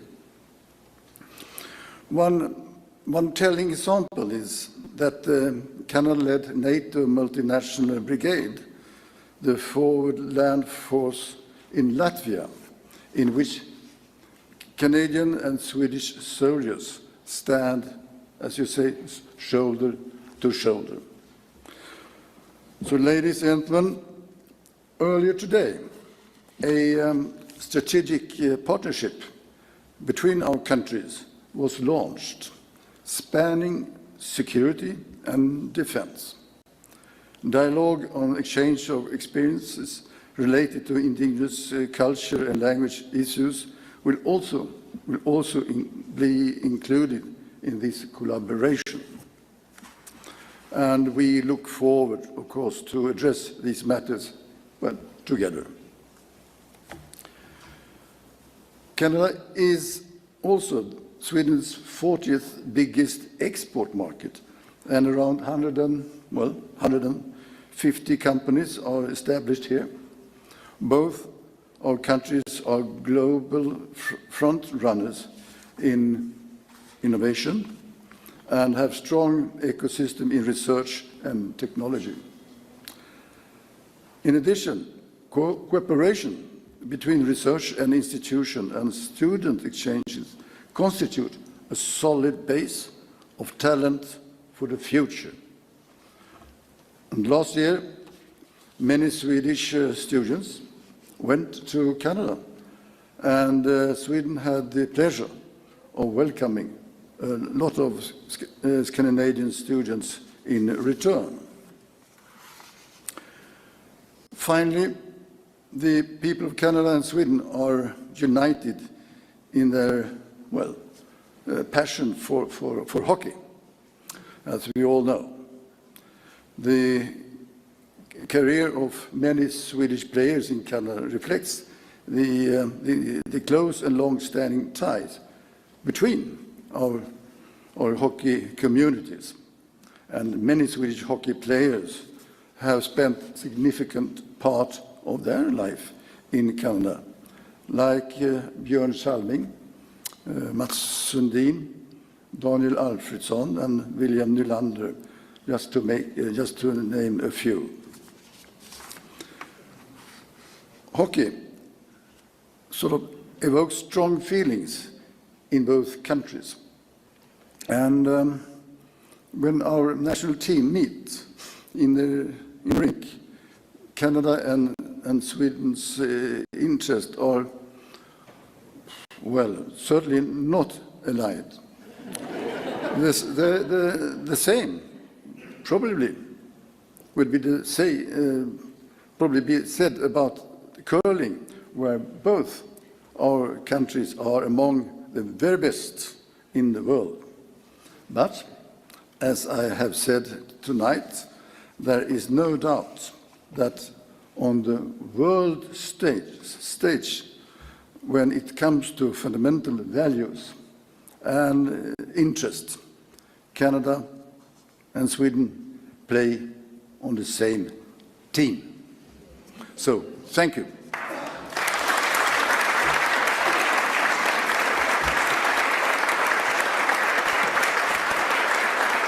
So there you go, the words of King Carl XVI Gustaf of Sweden at the state dinner. Lots of talk about hockey, of course, and of little, as a curler myself, happy to hear some mention of curling, of course. But nothing too deep, but, talking about warm relations, student exchanges, that type of stuff, collaboration, Canada being the first country to formally support Sweden's accession to NATO, and all those types of things. So, as is typical for these types of statements, a lot of expressions of goodwill and past history of linkages and a collaboration together in order to set the stage for that which is to come. The good stuff here is that again, there seems to be a big push with regard to Saab wanting to build the Gripen E here in Canada. According to Murray Brewster of CBC, Industry Minister Mélanie Joly pitted two giant defense companies against one another on Tuesday for the future of Canada's fighter fleet, saying the $27 billion contract to buy 88 US-made F-35 jets doesn't deliver enough jobs for workers in this country, and that the public expects a better deal. In perhaps her most pointed comments to date, Joly acknowledged publicly that the federal government was talking with Swedish defense contractor Saab, which has promised to bring thousands of aerospace manufacturing jobs to the country in the assembly of its Gripen E fighter jet. Quote, "We think that we can use military procurement to get more," Joly told reporters. "That is why we're looking indeed at the Gripen." She said Saab is offering 10,000 jobs. Quote, "We'll see how that is concrete," Joly said. "At the same time, we're looking at what Lockheed Martin can do." The remarks unfolded against a backdrop of full-court press by Sweden with a visit to Ottawa this week that included the Nordic country's royal family, business executives, and senior political officials, including the defense minister. In 2023, Canada signed a deal with Lockheed Martin, the world's largest defense contractor, to buy F-35 stealth fighters to replace the Air Force's aging CF-18 jets. The agreement which will see the first tranche of 16 fighters delivered between 2026 and 2030 was the result of an open competition in which Saab's Gripen E placed second. Last winter, following the eruption of a trade war by the administration of U.S. President Donald Trump, Prime Minister Mark Carney ordered a review of the F-35 purchase, an analysis that is ongoing despite promises to have it completed in September. Traditional defense procurement deals see the winning bidder invest dollar for dollar in the Canadian economy, either directly on the fighter program in subcontracts and manufacturing or by investments elsewhere in the country. However, the Lockheed Martin program is different. Canada has for decades paid to be a part of a pool of countries that can bid on work involving the entire fleet. The U.S. manufacturer is on the public record as saying the F-35 program is expected to deliver upwards of $15.5 billion in industrial value to Canada over the course of 5 decades from 2007 to 2058. Opposition conservatives who've long favored the F-35 have accused the government of putting existing Canadian contracts and jobs at risk by undertaking the review. Now, $15.5 billion seems impressive, but if you're if you're dividing that over 5 decades, you are looking at $3.1 billion per decade. Divide that by year, it's not as big an investment as it looks like, considering the amount of money we are putting in. Quote, "There are jobs tied to the F-35 right across this country in places like Richmond, Winnipeg, and Montreal in the production phase," defense critic James Bazan said during a House of Commons committee last month. Over 1,000 aircraft have been built. Canada has been part of that, and we're only now building the very first Canadian F-35s. At the October 23 Defense Committee meeting, Bazan pressed Stephen Fuhr, Secretary of State for Defense Procurement, for assurances that no jobs would be lost if the government changed course. Well, yes, you probably will lose some jobs, though. You can't get that guarantee. The government has not made a decision on whether to stick with the F-35 program or accept the existing 16 jets that have been ordered and mostly paid for and shop elsewhere for the rest. Aside from enticing Canada with the building of Gripens in this country, some in the defense community believe there may be other reasons to consider a mixed fleet. Quote, I would be cognizant of the fact that 70% of the costs of any acquisition is the life cycle sustainment costs, said Alan Williams, the Defense Department's former top procurement official. Quote, and these costs for the Gripen are 1/6 the cost of the F-35. So I would be shocked if, in fact, the cost analysis didn't say, Prime Minister, you could save a ton of money by having two fleets. Lieutenant General Jamie Spicer Blanchet, the new commander of the Royal Canadian Air Force, is a strong proponent of the F-35 program. She and other senior defense officials told the Commons Defense Committee earlier this fall that the country needs a fifth-generation fighter jet like the F-35 to counter potential threats from major nations, a reference to China and Russia. So we'll see how that progresses, but clearly there is some attempts here to sweeten the pot and make the deal more attractive to go with the Gripen, which personally I wouldn't have a problem with. But we'll see what the government decides.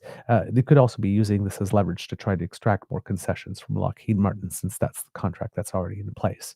Sitting there, it says, I know you guys said that you would do this, and but we have this other suitor here, and well, or we're only committed for 16 really of those planes. Yeah, this other offer is looking good. Do you have something else that you might be able to throw our way? Perhaps, maybe. So that might be what's going on a little bit there as well.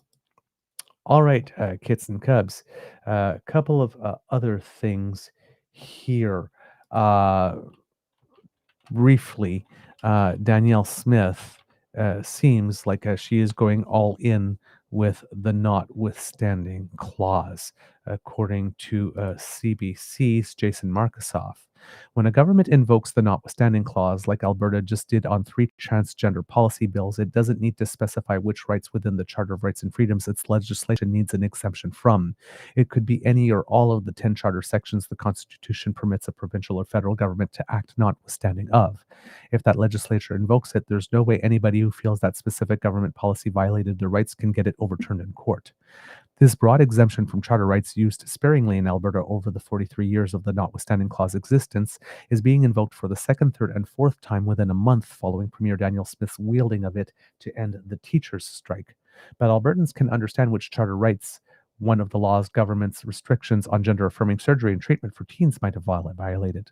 Albertans know because a Court of King's Bench justice told us so in her ruling, whose injunction blocked the ban from taking effect on gender dysphoric young people living in this province. Justice Alison Kuntz delivered an interim ruling in favor of 5 gender-diverse youth and the advocacy groups that challenged the law's constitutionality, granting their injunction and concluding that a trial should be held on whether the government's ban violated Section 7, the right to life, liberty, and security of the person, and Section 15, equal protection and equal benefit of the law without discrimination. Regarding the youth's Section 7 rights, Kuntz wrote, quote, I find there is a serious issue to be tried in respect of whether the ban will have a serious and profound effect on the psychological integrity of transgender and gender-diverse youth by preventing and or unduly limiting their access to health care, and their having to experience the consequences of that limitation, example, high levels of depression / anxiety and irreversible changes to their bodies, discrimination, and by denying them autonomy over their bodies. On the equal protection side, the justice found, quote, there is a serious issue to be tried in respect of whether the ban will adversely impact gender-diverse youth in a manner that perpetuates disadvantages and prejudice by denying them access to medically indicated treatments that remain available to others, thereby prolonging or worsening gender dysphoria, distress, prejudice, and mental health challenges of gender-diverse youth. That's just the health law. While the law restricting transgender women in women's sports was not taken to court, another challenge was brought this fall against the restrictions on teens changing their pronouns in school. That claim alleged the law violated Section 715 as well as 12, the right to be free of cruel and unusual treatment. As these laws were introduced and then enacted over the protests of medical professionals, teachers, 2S, LGBTQ+ support groups, and others, Smith was asked repeatedly about the constitutionality of her trans policy reforms. Repeatedly, she expressed confidence the laws could withstand charter challenges. Quote, "The Charter allows for limits on rights that are reasonable in a free and democratic society. We think that what we're putting forward is reasonable," Smith said when tabling the bills in October. "We're going to argue that we're being reasonable, proportionate, and evidence-based, and we'll see how it goes in court," she said last December, after the healthcare ban was passed and then challenged. Even after Kunz granted the injunction against the health bill, Smith maintained belief in her law's constitutional soundness. "The court had said that they think that there will be irreparable harm if the law goes ahead. I feel the reverse," she told her weekend radio show in June. "We want to battle this out, and the way you do that is you go to the higher level of court. If we were to impose the notwithstanding clause, everything would stop. We actually think that we've got a very solid case." Alberta appealed the injunction in July. Throughout these defenses of her case, Smith never ruled out using the Constitution's nuclear option, but often cited it as a, quote, "last resort." What changed from then till now? With Bill 9 applying the notwithstanding clause to not only exempt her laws from the rights in the Charter, but also the Alberta Human Rights Act and the Alberta Bill of Rights, which Smith proudly fortified last year. It wasn't the initial court setback. Justice Minister Mickey Amery insisted in a briefing about the notwithstanding clause's triple invocation. Quote, "We were very confident in our position," he told reporters. Yeah, that's bullshit. Quote, "We have always been, we always will be, but there's a process in place that can take years to resolve." In a counter to the, quote, "irreparable harms" that Kunz had said the trans health bill risked causing to youth, Smith and Amery spoke of the harms and risks of young Albertans made life-altering health decisions they'd lived to regret, while the courts spent years in appeals and challenges. Quote, "While invoking it, we're keeping these decisions in the hands of those who are directly accountable to Albertans, that is the government, and ensuring these protections can move forward without further court delay or uncertainty," Smith told reporters. So for gobbledygook into English, that is the Alberta Conservatives claiming, but the risk to children from being allowing them to have control over their own bodies and making their own medical decisions, or at least with their family in consultation with their doctor without the government putting their nose in the way, is so great that we have to invoke the notwithstanding clause now. We just can't wait for it to resolve in the courts, even though we're absolutely sure and confident that our law is charter proof and would pass. We need to invoke the clause because we need to save the children from themselves.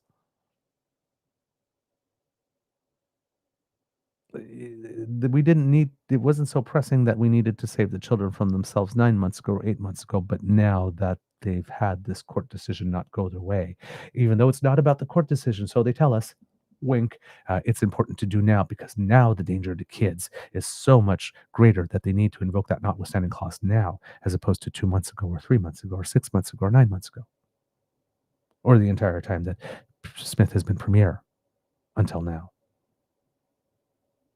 Yes, apparently we're supposed to believe that now. Yes. The Alberta government knows that court challenges can stretch over several years. Just look at all the federal challenges it's embarked on or joined. And the risk that the province's measures could be challenged and then temporarily blocked has precedent next door in Saskatchewan. In fall of 2023, Premier Scott Moe's government had its pronouns policy delayed by a judge's injunction, and it swiftly invoked the notwithstanding clause to circumvent that court process. It's possible that the Alberta government could have preempted challenges to the laws by attaching the notwithstanding clause to them when they were introduced last year. That's the route Quebec has taken with many controversial laws on language and religious expression, as well as the approach Smith took with their government's teacher strike ending legislation. Again, they didn't do that, but now we're supposed to believe that it's such a crisis that it needs to be done now. Observers in Alberta could have seen this contentious moment coming. An open letter by 36 faculty members, researchers, and staff at the University of Alberta and University of Calgary faculties of law denounced the UCP government's plans in February 2024, shortly after Smith telegraphed her intentions for the three bills publicly. The letter cited the potential violations of Charter Sections 712 and 5, as well as 2B, freedom of expression. The law faculty members cautioned the government against using the notwithstanding clause in this case, which would let it, quote, freely violate the rights of trans youth. The letter notes that the notwithstanding clause became part of the Constitution with the understanding voters would democratically hold governments to account for its improper use, but that would offer no protection for the minority whose rights were being impaired. Quote, minors cannot vote and two-spirit, trans, and gender diverse adults make up a small percentage of the population, the letter stated in February 2024. Less than 1% of Albertans aged over 15 or over are trans or non-binary. To override their rights knowing that they are too few to hold the government accountable at the ballot box would be fundamentally anti-democratic. Amory asserted that the three bills, quote, reflect the views of an overwhelming majority of Albertans and it is our responsibility to make sure that they are not overturned. Yes, but sorry, Father Mucker, you don't get to vote on fundamental rights. You don't put fundamental rights up to the vote. You do not expose fundamental rights to the tyranny of the majority. It doesn't matter whether or not most Albertans have their ick button pressed by trans issues because they don't understand them. And then they've decided that they need to fear them. Inalienable human rights are inalienable human rights. And when you put that hand on whatever document it was and swore your oath to office to defend those rights, this is not what you swore to do. I've heard that so often when we were discussing same-sex marriage. Oh, well, our views opposing same-sex marriage reflect the views of an overwhelming majority of Canadians. We don't effing care.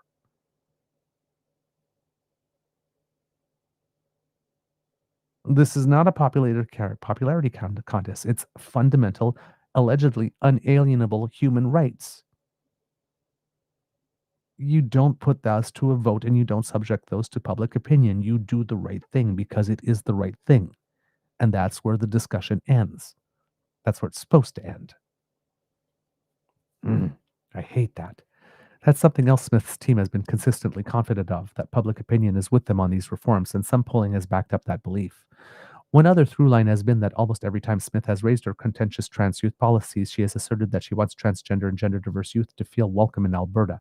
She has a freaking funny way of showing it. She spoke about it this week, and she did so also in February 2024 as she introduced her plans.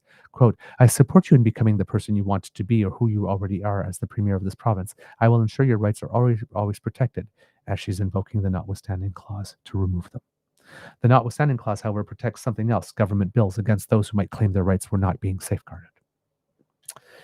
So yeah, she's going through with this, which is really disgusting. And it would seem that Premier Doug Ford also wants to go through with something here. According to QP Briefing, says that he will use the notwithstanding clause to make parts of the sex offender registry public. Okay. Not sure exactly what that has to deal with. And unfortunately, this article is behind paywall. So let's see if I can find something else here. According to Isaac Callan and Colin DeMello, Ontario Premier Doug Ford says he will use the notwithstanding clause if necessary to make information from the sex offender registry public as he eyes changes to the system. Currently, the Ontario Sex Offender and Sex Traffic Registry is accessible to police enforcement agencies, but not to members of the public. On Monday, Ford indicated he was planning to change that. Quote, we're going to make sure the sex offender registry is out there in public, he said, and sure, we're probably going to get shot down from the courts again, but I'll use every single tool available to make sure we protect victims over sex offenders. Of course, this particular tool could increase the opportunities for vigilantism to be used against sex offenders. And again, I'm not particularly fond of wanting to defend sex offenders. They've committed crimes if they've offended, and they should be punished for their crimes. However, there is a difference between punishment, hopefully leading to rehabilitation, and outright vigilantism, or opening the door to it. Our fundamental rights would seem to indicate that that is something that we don't do, no matter how awful people are. We don't paint targets on their back for violence to be committed to them or for their lives to be ended, even though they may have done that to other people. We try to hold ourselves to a different standard. Now, of course, you will notice again that mandatory minimums for possession of child porn, wanting to wanting to impose the notwithstanding clause in order to have more people know who sex offenders are, wanting to use the notwithstanding clause to affect the rights of transgender children. You see where they always go when they're trying to introduce the thin edge of the wedge on these types of issues to try to create a permission structure for future use of the notwithstanding clause. It's the same thing they do with abortion, right? They say, oh my God, if a pregnant woman gets attacked and something happens to the baby, well, then that's murder of the baby. Well, then that would have to recognize that the baby is a person and not just a fetus. And then if you do that, then that opens the rights to go affect abortion laws. So you don't open that first door. This is very similar, right? Because who in Canada would be upset by the fact that someone that would attack a pregnant woman in such a way that would terminate the life of the baby would deserve a harsher sentence? Naturally, our empathy and our emotion would immediately bring us there. And that's what they're doing with the trans issue too. It's like, oh my God, these kids they're being mutilated before they're of an age to decide what it is they want for their body. Well, oh my God, we need to stop mutilation of children. Absolutely. I'm down for that. Where do I sign? Right? Sex offenders, we need to know who they are. So we're going to use the notwithstanding clause. Oh my God. Well, yes, I'd love to know if there's a sex offender in my neighborhood so I can protect my children. Yes, absolutely. So they always go to these types of subjects, right? Because then it makes everybody that wants to be pedantic and point out the principle of law here. It's like, yes, I understand that you would want to do that. I understand that a lot of people support that. But in the process of doing that, you are violating another person's human rights. And then you turn around, well, they're a sex offender. What do I care about their human rights? They didn't care about the human rights of the people and they get into that logic, right? I guess, and while you could maybe make the case and justify it, like, well, sex offenders deserve that. Because once you open that door, then it allows you to use it on other people. Like, let's say, environmental protesters. Well, they're eco-terrorists, and we need to protect the country against terrorism. So let's use the notwithstanding clause against that. It opens that door for the other applications. So it's not, you have to understand that nobody's trying to defend sex offenders, or nobody's trying to defend the right of people to possess child porn, or nobody is trying or distribute product or collect it or whatever. Nobody's trying to defend that. Or nobody's trying to say that abortions are wonderful and they should be available for everyone on demand.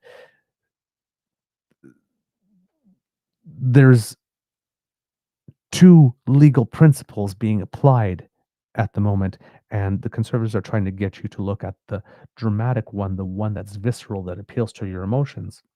Say, well, of course it's common sense that we would do that, in order to hide that the mechanism that they're using to justify this, or the mechanism that they're using to bring about these changes that would be popular, because they are affecting the worst people that we don't really care about, except for trans kids, who are not the worst people, but these are people that we've just been told to fear because we don't understand them. They can use this one way or another. That, and often all of this is often, of course, wrapped in, oh my God, we must protect the kids, which of course we do. But again, it makes it a very easy emotional trope that those things open legal doors to come in and take away rights of people who you may not disagree with, or you might not find terrible, or people that you do understand. So you have to understand that the conservative side of the argument, the rabid right side of the argument, is always going to use the most dramatic case scenario to try to sneak in something that nobody would ever accept otherwise, if you are using just an everyday scenario in which that same policy could be used. Right? It's always illustrated with the darkest one, or something that has involved with protecting children. in order to allow them to pull the wool over our eyes, to open the door, to remove the rest of our rights. All right. The premier said he would use the notwithstanding clause in a heartbeat to keep his planned law in place if a judge finds it unconstitutional. Quote, "Nothing is more important to protect our community," he said. "Protect them from people like these. I can't even put the word out there. They're a bunch of diddlers. I can't stand them. They make me sick." The premier did not say exactly what parts of the registry would be made available to the public, although he said he believed people should know if a sex offender was living in their area. The policy plans comes after the Supreme Court struck down a 1-year mandatory minimum jail sentence for accessing or possessing child sexual abuse and exploitation material, finding it unconstitutional. In a 5-4 decision, the top court said although the sentences contribute to the objectives of denunciation and deterrence, they also remove judges' discretion to impose sentences other than imprisonment when appropriate. What was the Supreme Court thinking? Ford said on Monday. Who are you in favor of? So this is a thing that Doug Ford has often, questioning and challenging the courts. He does this often. It's one of his go-to gimmicks. A decade ago, the Supreme Court ordered the Ontario government to release a database of sex offenders by postcode after fighting not to for 6 years. The list, however, is not proactively updated or available. Last year, Solicitor General Michael Kersner introduced changes to Christopher's Law, which establishes the Sex Offenders Registry. The changes meant registered sex offenders cannot legally change their names. It also required sex offenders to disclose their email and social media accounts and report any changes to their usernames. So we'll see how that goes. But again, we have some premiers seeming to be too lazy to do the work of legislating appropriately and just wanting to use the notwithstanding clause on certain things. I'm sure that there is a way that you could make more information from the sex offender registry available in certain circumstances in order to alert people in certain circumstances that would probably be legal and constitutional. And of course, since we do not know what information Doug Ford wants to make available, like does he want to make available their address, where they live specifically, or just a postal code? If you live in this postal code, there's somewhere. And I believe that there are already some provisions to let people know if there is an offender that comes into the neighborhood somehow. I'm not sure. I would have to have people that have more knowledge about legality explain that to me, but I would assume that there are already some provisions of some kind. I may be thinking of the United States where there are, and maybe those things don't apply here. But I would be surprised if there weren't any of some kind. But I'm sure we're going to learn a lot more about this and a lot more than we cared to know as this continues to go through the system here. But yeah,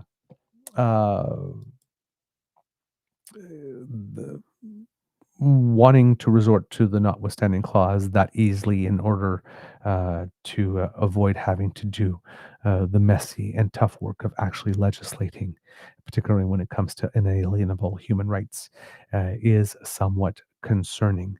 Not so much in every case, for example, of course, of Doug Ford's case, of who it is they claim they are trying to protect and whose rights would be violated. I have more problem with it with what Danielle Smith is doing here than what Doug Ford is doing, if you're asking me, in terms of overall stuff. But I'm not clear on what Doug Ford is trying to do. I'm very clear on what Danielle Smith is trying to do. Doug Ford has not made very clear what his intentions are. So this seems to be just another sort of opportunistic thing. Like this, I would do it in a heartbeat because my heart bleeds for it, and I will be working 24/7 hours and on the phone all the time in order to make sure this happens, or whatever, little series of Dougisms, folksisms that he uses all the time. And this seems to be another one in there for Doug Ford. But still, this is why we have groups like the Canadian Civil Liberties Association, which can be annoying and just let us do what we want to do already. But they really do make us think, yes, if you want to do this, and we understand that, and that might be commendable, but in doing it this way, you are opening the door for all these other very, very bad things that nobody would agree to also happen. So could you maybe find another way to achieve your goal if you want to increase community protection with regard to the sex offender registry in Ontario. Surely there's got to be another way that you can do it that doesn't involve opening the door to then violate all of our rights, whether we're sex offenders or not, afterwards. So it would be nice to have these conservative governments that are so, there's a word in French, friand, that are so enamored with using the notwithstanding clause to actually get off their backsides and do the work of consulting and legislating, the hard work, rather than taking the easy and coward way out. Right? Protect communities. Go ahead, do it. Just do it constitutionally. It's not that big an ask. And if you're a competent legislator, you should be able to do that. You should be able to do that. All right. I believe that's all I have for you today. There's just one little bit of good news coming from Alberta, Kits and Cubs, and this involves a friend of the pod, Bonnie Critchley, who we've had a couple of times on the show already, and hopefully we will have her back. But about 9 hours ago on her Substack, today I am announcing my switch to provincial politics because Miss Smith has once again shown that she can and will take away our rights a piece at a time. That is unacceptable and needs immediate challenge. I will be joining the Alberta Party as they move forward to renew a political home for the Progressive Conservative in Alberta. This is our home, our riding in Camrose constituency. Quote, I will be updating my website and socials over the coming days. Substack does not like my videos for some reason. So let's see here if there actually is. Yes, there is some video from Bonnie Critchley here. So I will show it here on the show for you so that you can hear in her own words. I think that this is a good move from her. If you remember during our interviews with her, when she was mentioning that, that she leans a little bit conservative, but is a centrist. She was talking about certain things where she leans more conservative, but she said specifically, but in my world, human rights are human rights are human rights. And we don't screw with them. So this is definitely in opposition to Danielle Smith, taking a jump to provincial politics, where she has built a good name for herself in that by-election, and choosing to use that capital for good purposes to defend the most fundamental rights of gender-diverse children and gender dysphoric children who may be coming to the realization that they are transgender and wanting to access medical care. Either they're old enough to start indicating that they would like that, or they have supportive parents, and altogether in consultation with their family physician have decided on treatments that have existed for decades now, that have been approved by medical associations and pediatric medical associations, and that there's no reason for the government at all to be inserting itself, particularly a conservative government that says it wants smaller government, inserting itself in the relationship between parents and their doctor, children and their doctor, and supportive parents that are supporting their children and their doctor, which the UCP appears to be hell-bent on doing by invoking the notwithstanding clause. So this does create a great opportunity for Bonnie to enter provincial politics. So let's see what it is. And it is consistent with her message to date, so it's a good fit. Whoops, maybe it would help if I turned the volume on. Haha, there we go. Hasn't this been an interesting week in politics? And it's only Tuesday. The federal budget passed, for which I am happy, even though I do have some grave concerns about that budget. We do not need a Christmas election right now. Everybody is so tired of the constant rhetoric going back and forth. We don't need a Christmas election. And I am glad that people were able to find a way to express their conscience without forcing Canadians into another very expensive federal election. But I'm not actually here to talk federal politics. I'm here to talk provincial politics.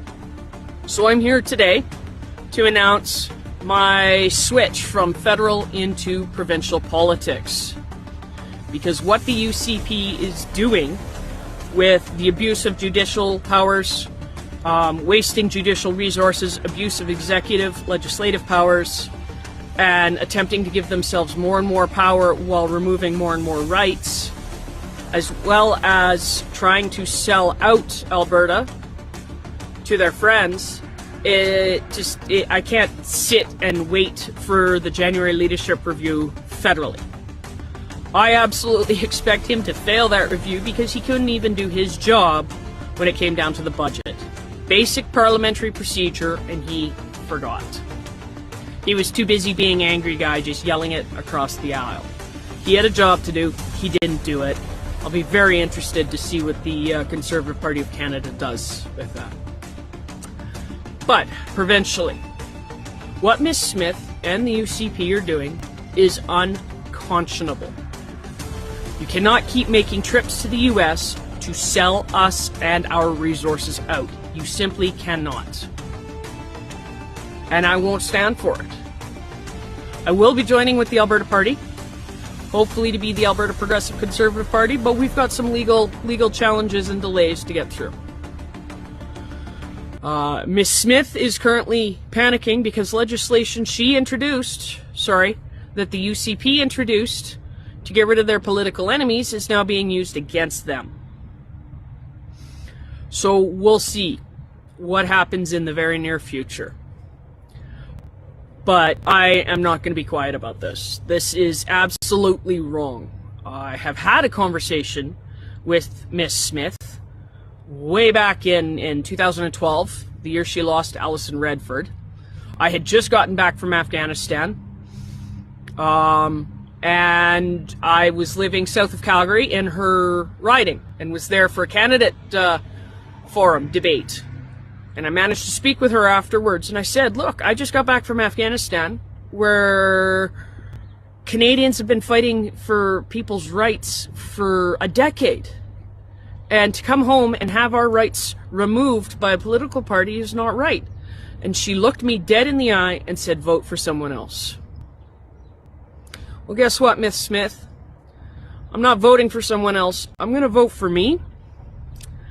And I'm coming to fight for Albertans' rights right now. So I look forward to seeing you in the political arena, because I'm not done yet. And what you're doing is so constitutionally wrong, ethically and morally wrong, and quite possibly legally wrong. But you keep trying to hide that from us. I fully intend on standing up for Albertans' rights. So watch me go. And that is Bonnie Critchley. I'm not sure why there was music in there in the middle of it, but there you go. Hopefully we won't get dinged for that. I didn't expect that. But Bonnie Critchley announcing that she's making the jump to provincial politics in order to stand in opposition to Danielle's wanting to use the notwithstanding clause rather liberally in order to remove the most fundamental rights of children. So there you go. We'll see how that ends up for her. As we saw Ivor, her dog, making a lovely guest appearance there in that video as well. So yeah, that's what I have for you today, kids and cubs. A lot of stuff going on, a lot of pieces moving. We'll see what develops from this, but yes, some interesting positions being taken by people all around here. So we'll see over the next couple of days whether there's continued fallout for the Conservative Party of Canada for propping up the Liberals while trying to pretend that they are not, particularly with the whole Shannon Stubbs thing. We'll be watching Pierre trying to actively change the channel. You will notice up until now that Pierre Poilievre still hasn't made any public comments whatsoever about the fact that there were 2 abstainers in his party. All of these communications, once again, are coming through either spokespeople or through written text or statements or stuff like that, but not the leader, which is probably not a good thing. We'll also see whether or not there'll be further fallout for the leader as a result of record unpopularity at this point in his mandate as well. That's not helping him. We will see whether or not there will be more active opposition to Danielle Smith, what she's doing, whether or not there will be more student organized walkouts in classes, whether or not there will be action from teachers, action from medical associations. Of course, there's not much we can do once she does pass it other than an exercise in a public humiliation for the leader to try to get her to reverse course. So we'll see what happens as a result of that. We'll see whether or not Bonnie Critchley goes further and whether or not the Alberta Party is able to change its name to the Progressive Conservative Party and start drawing vote away from the UCP, which may curb Danielle's desire to go to an early election to try and secure further mandate for herself. We will see whether or not the Conservatives and the Bloc will try to rewrite the budget in committee and how the other confidence votes along the way will happen with regards to the budget. And we will also be keeping our eye out to see whether or not Canada goes forward with the Gripen and leaves the F-35 program in order to secure our sovereignty and to show the United States that we can go our own way and that we might not be as dependent on them, and they may not be able to rely on us to be a doormat as much as they thought that we would be. So lots of drama. And of course, we will be waiting to see whether or not we sign that FIPA deal with the UAE over the next couple of days, and how the Prime Minister does perform at the G20 in South Africa. So lots of things on deck resulting from little bits of news that have come out today. And as we know, we're political junkies, so we'll keep our eyes on it and hopefully bring you the parry and thrust of what it is that is going on. And so that you can be informed when it comes time to make your decisions about who you're supporting and who you will be voting for when election times come. But until such time, kids and cubs, that's the end of our episode of the Daily Beaver Morning Show. We hope that you love listening to us because we love making this for you. Remember, sharing is caring and word of mouth is priceless. So tell your peeps and poops all about us, especially if you share a little bit of yourself as to why it is our content resonates with you, because you are influencers in your own circle, and that type of word of mouth is priceless. So we thank you so much for it. If you would like us to help you, kits and cubs, you might be a busy beaver or kit on the go and don't have time to watch us either live with the damn fam or on your own time on our YouTube channel, but still want to be informed. Well, thanks to the generous support of the Ray Girl, who sponsors our pod page, you can scan this QR code and that might bring you right there. And when you go there, or you go to podpage.com/the-truenortheagerbeaver with a hyphen between each one of those words and click on subscribe, when we have something fresh off the bandwidth, it comes directly to your podcast feed and you can take us and go. There you go. We like to make it easy for you because we like to help. Now, if you would like to help us, kits and cubs, we can surely use your help. And one of the ways you can do that is by making a trip to the True North Eager Beaver Media Incorporated YouTube page. The QR code that's just appeared on the top corner there will take you there. And our lovely kits, Cassie and Lane, would certainly encourage you to smash with our buttons like, share, and subscribe. It helps us with the algorithm when you do it, and when you watch our numbers go up, it does get us a little bit of happy. So thank you so much for everything that you do to support us that way. And if you would like to support us in other ways, we do incur some costs to bring this show to you, and we would love your help and your assistance with that through an enthusiastic expression of encouragement for the work that we do in the form of a tip at the Eager Beaver Lodge's Emergency Hydration Fund, where you can do your part to keep your favorite beaver moist. That's musical theater pronunciation of moist by popping that T at the end. Otherwise, you're just keeping me moist. And that's not as much fun. But if you would like to keep your favorite beaver hydrated, then yes, a lovely contribution to the Emergency Hydration Fund here at the Beaver Lodge at our coffee page. That's coffee, ko-fi.com/eagerbeaver, all in one word, goes a long, long way, especially if you decide to do it in a Buy Canadian kind of way. And instead of going through our coffee page, going through our email address, truenortheagerbeaver@gmail.com, where you can arrange for a direct transfer. And that makes it so that the US CE Tech Pros, the oligarchy south of us, doesn't get a share of your donation. That share also goes to us, which means we get 100% of your donation, which means we can do more with it and it will go further. So we are thankful and thank you for all of your support. It means the world to us, especially as we're coming closer to the end of the year. And hopefully, keeping our fingers crossed that this would be the first year that we can report back to you that we have broken even. And that would be a lovely thing to be able to say. And it would also be a big achievement for us in our fifth season. So to finally be an operation that breaks even every year. So thank you so much for your support. It really does mean a lot to us. Because democracy is something that you do, kits and cubs, we do have the petitions for you. Hopefully they are online today, and they are indeed petition E6679, and we will put a link here in the chat for you. That is a petition to encourage our MPs to introduce a bill that would encourage elected MPs to not deliberately spread misinformation and for them to have consequences if that was the case that they were doing that. That petition is at 40,918 signatures to date. Very healthy amount of signatures, and there is about 8 more days to sign it. That can bring you to November 27th. The other one that we have going for you at this time, kits and cubs, and we will also post a link to this one in the chat. There it is House of Commons petitions E6821. And this would encourage members of the legislature to introduce a bill that would make it such that foreign media ownership laws would be changed so that Canadian media is owned by Canadians for Canadians to produce news that is in the best interest of Canadians first. And this is a very important one. The petition is open until February 18th, and it has collected 6,193 signatures. So it is growing relatively quickly. Very happy to report.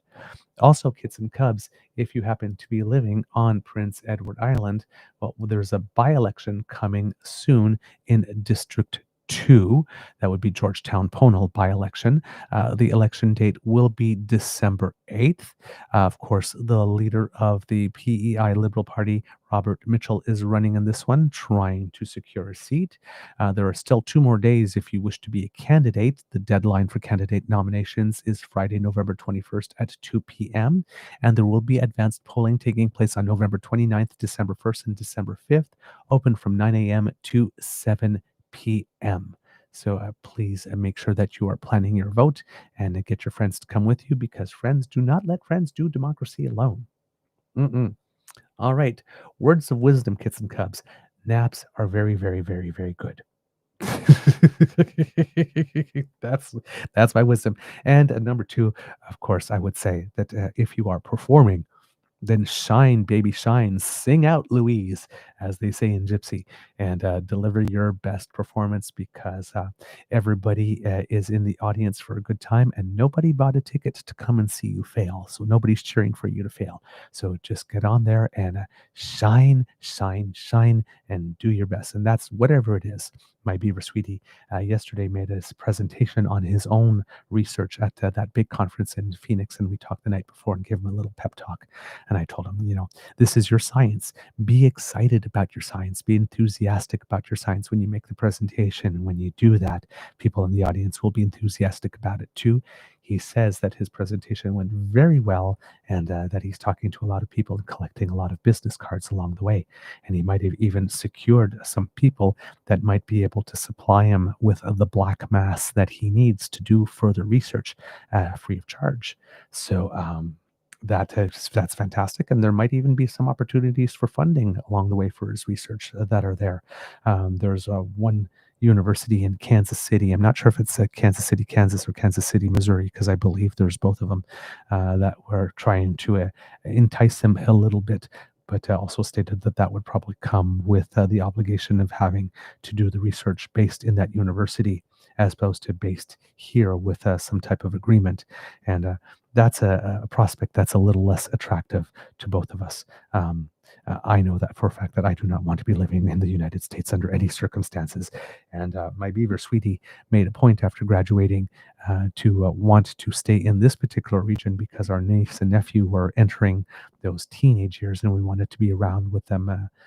To be good uncles and a good support network for them as they're going through this phase of their life. So my Beaver sweetie made a point, a conscious decision to not pursue as many opportunities as he could because he could be applying to universities all around the world just so he could stay local and be there for his niece and nephew during these important years. So wanting to trot off to Kansas City, whichever state, is probably not an enticing offer at the present moment. However, it is nice and fun to be invited to the party, and having offers and choices is better than having none whatsoever. So I'm very proud of him for having done so well, and I will hopefully be finding out more as the days go by, and the other research that he's presenting for his colleagues who are Iranian and have permanent residency in Canada but are not citizens yet. So they did want to risk going down. Those presentations are going well as well. So he's doing a good job down there and doing good work, doing science. It's his happy place. So I'm very proud and I'm very happy for him. And I'm looking forward to celebrating his success. And I'm not sure if I mentioned it on the show, but there might be movement on the patent as well. There was a contact from the patent office in the United States asking for him to sign a couple of things because it looks like things had been stalled and they want to fast track the end of the approval process for it. So my Beaver sweetie might actually have a patent finalized in the coming weeks. And that is very, very, very exciting because, I mean, this is his life work. It's his passion and it's working out for him. So maybe some supplementary word of advice. Stick with your dreams and keep working at it. Sometimes it takes a little longer than you would hope. But if you've got a solid dream and you have got talent and you believe in it, eventually people will believe in you. How's about that for some wisdom? All right, kids and cubs, it could be a tough world out there. So please be kind to and gentle with yourself. And now, kids and cubs, could I please ask you to for some audience participation and ask me to cue the clock to help us sign off on the count of 3. 1, 2, 3. Oh, I hear you, kids and cubs. Lovely sounds, so melodious. A little bit of musical theater, high note at the end there from one of you in the back. I heard you, and therefore I must oblige. And here we go, kids and cubs.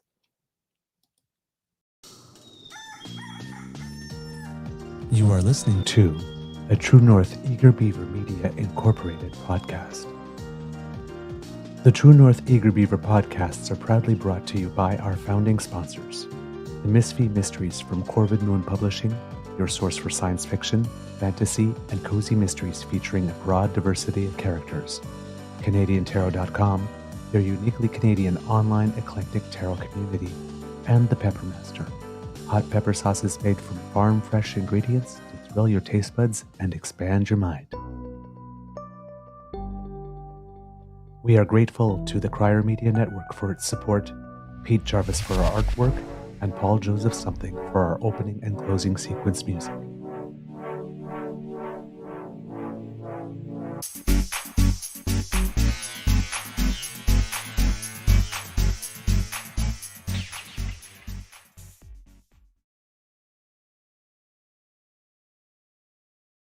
Just a little bit of news of Canadians who make us proud before we sign off for the day.